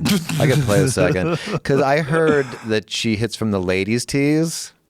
No. I don't even want to research it because I don't want it to not be true. But that's what I heard. So I wrote a song about her hitting from the ladies' tees. Do you have an internet? Because my phone is broken. I need internet to... I could do a world premiere right now. Okay. Like Jamie can look something up. Well, no, it's in my email. Oh, you need our Wi-Fi password? Yeah, I'll type it in for you. Yeah. Here, give it to Jamie. He'll type it in there. Yeah. What's wrong? Your phone's just... It died. But it's working. No, right there. it doesn't do phone calls. Oh. I got Wi-Fi, but that's it. And it dies sometimes for no reason. I went to the AT&T store before this. I've got to go to the Apple store. There's some major problem. This isn't interesting, but anyway. That's what's happening. There's a power cord next to you, too. I had my phone break. My phone broke in Hawaii because I just dropped it too many times. It started making random phone calls. So I could open the contact screen and start calling people, and I'd hang up. And then I'd call somebody else. I would hang up. Well, lucky is no one in my contacts that I don't like. But when it did that, I had to. And then it totally stopped, where it wouldn't let me punch in my code to unlock it. It was just fucked. Wouldn't recognize my face. It was like fuck you. It was dead. So I ordered one, and I had to get it shipped, and I was in Lanai, which is a really small island. So it takes a few days to get like an iPhone there. It took 3 days. Yeah. But it was a beautiful 3 days. Best 3 days of your life. 3 days with no phone. Just chilling. Yesterday I could not What's so funny? There's a article I just found where she Rah. was talking about Should I hit from the men's tee? Let's vote on it. Let's vote on it, she said. Craig T. Nelson's comment. I played golf with you for 30 years before Caitlin, Nelson said. I know how you hit, so it wasn't prejudice. He said he wouldn't allow her. He wouldn't allow her to hit from the men. I think if you're on a Wheaties box, you can't. As an athlete, you can't hit from the For her tees. part, Jenner said she'd hit from either box depending on how the group voted. And women's tee won. Oh, and don't worry, she dominated everyone on the links, both sexes. Sure, she's a pro. She's a fucking Olympic gold medalist. I know. Even though she's 70 years old and a woman. Well, now. she went through puberty as a man. She got the man muscles and the man skeleton. And sort of. It's all withered away. Well, here's the skeleton's still there, but the muscles are gone. This is the world premiere. I won't play the whole thing. Play it, baby. What, I just put on this? Yeah. I'm going to shoot the video probably next week. Nice. West Coast. Yeah. West Coast. Yeah. Some things have changed and some stay the same. I'm still hanging with my homies and betting on golf games. But lately they seem angry like I'm doing wrong. They want me to hit from the men's tees. Oh, I'm sorry, you see us wrong. Heads from the ladies is now. It's totally legit, so don't have a cow. Yeah, baby. Heads from those ladies' tees. I can hit the green from my fucking What is the ladies' tee closer? I don't play golf. Oh, yeah, they're 20, 30 yards closer. Oh. This is... She's driving the cart. All right. Let's end with that. Yeah. Kyle Dunnigan, you're a funny motherfucker, man. You're the best. I'm glad you listened to that terrible feeling that you had in the middle of the night. I am too. I'm really glad. You got more songs playing? No, I don't know what's going on. My phone's exploding. Kyle Dunnigan 1 on Instagram. Do you have a Twitter? Kyle Dunnigan, Twitter. Oh, you got Kyle Dunnigan on I Twitter. got the right one for Twitter. But I don't really. Who's the Kyle Dunnigan on Instagram? He's like in the Midwest. Buy it from him. Reach out. For real. I can't change. Once you get verified, you can't change. Yes, you it? can. Oh, really? Yeah, we'll talk afterwards. Okay. Yeah, I'll let you know. There's you. people you can call. Swine. Right? My man. Sweet. Thank you. All right, buddy. And everybody else, go check out his Instagram page. It's the best. Bye.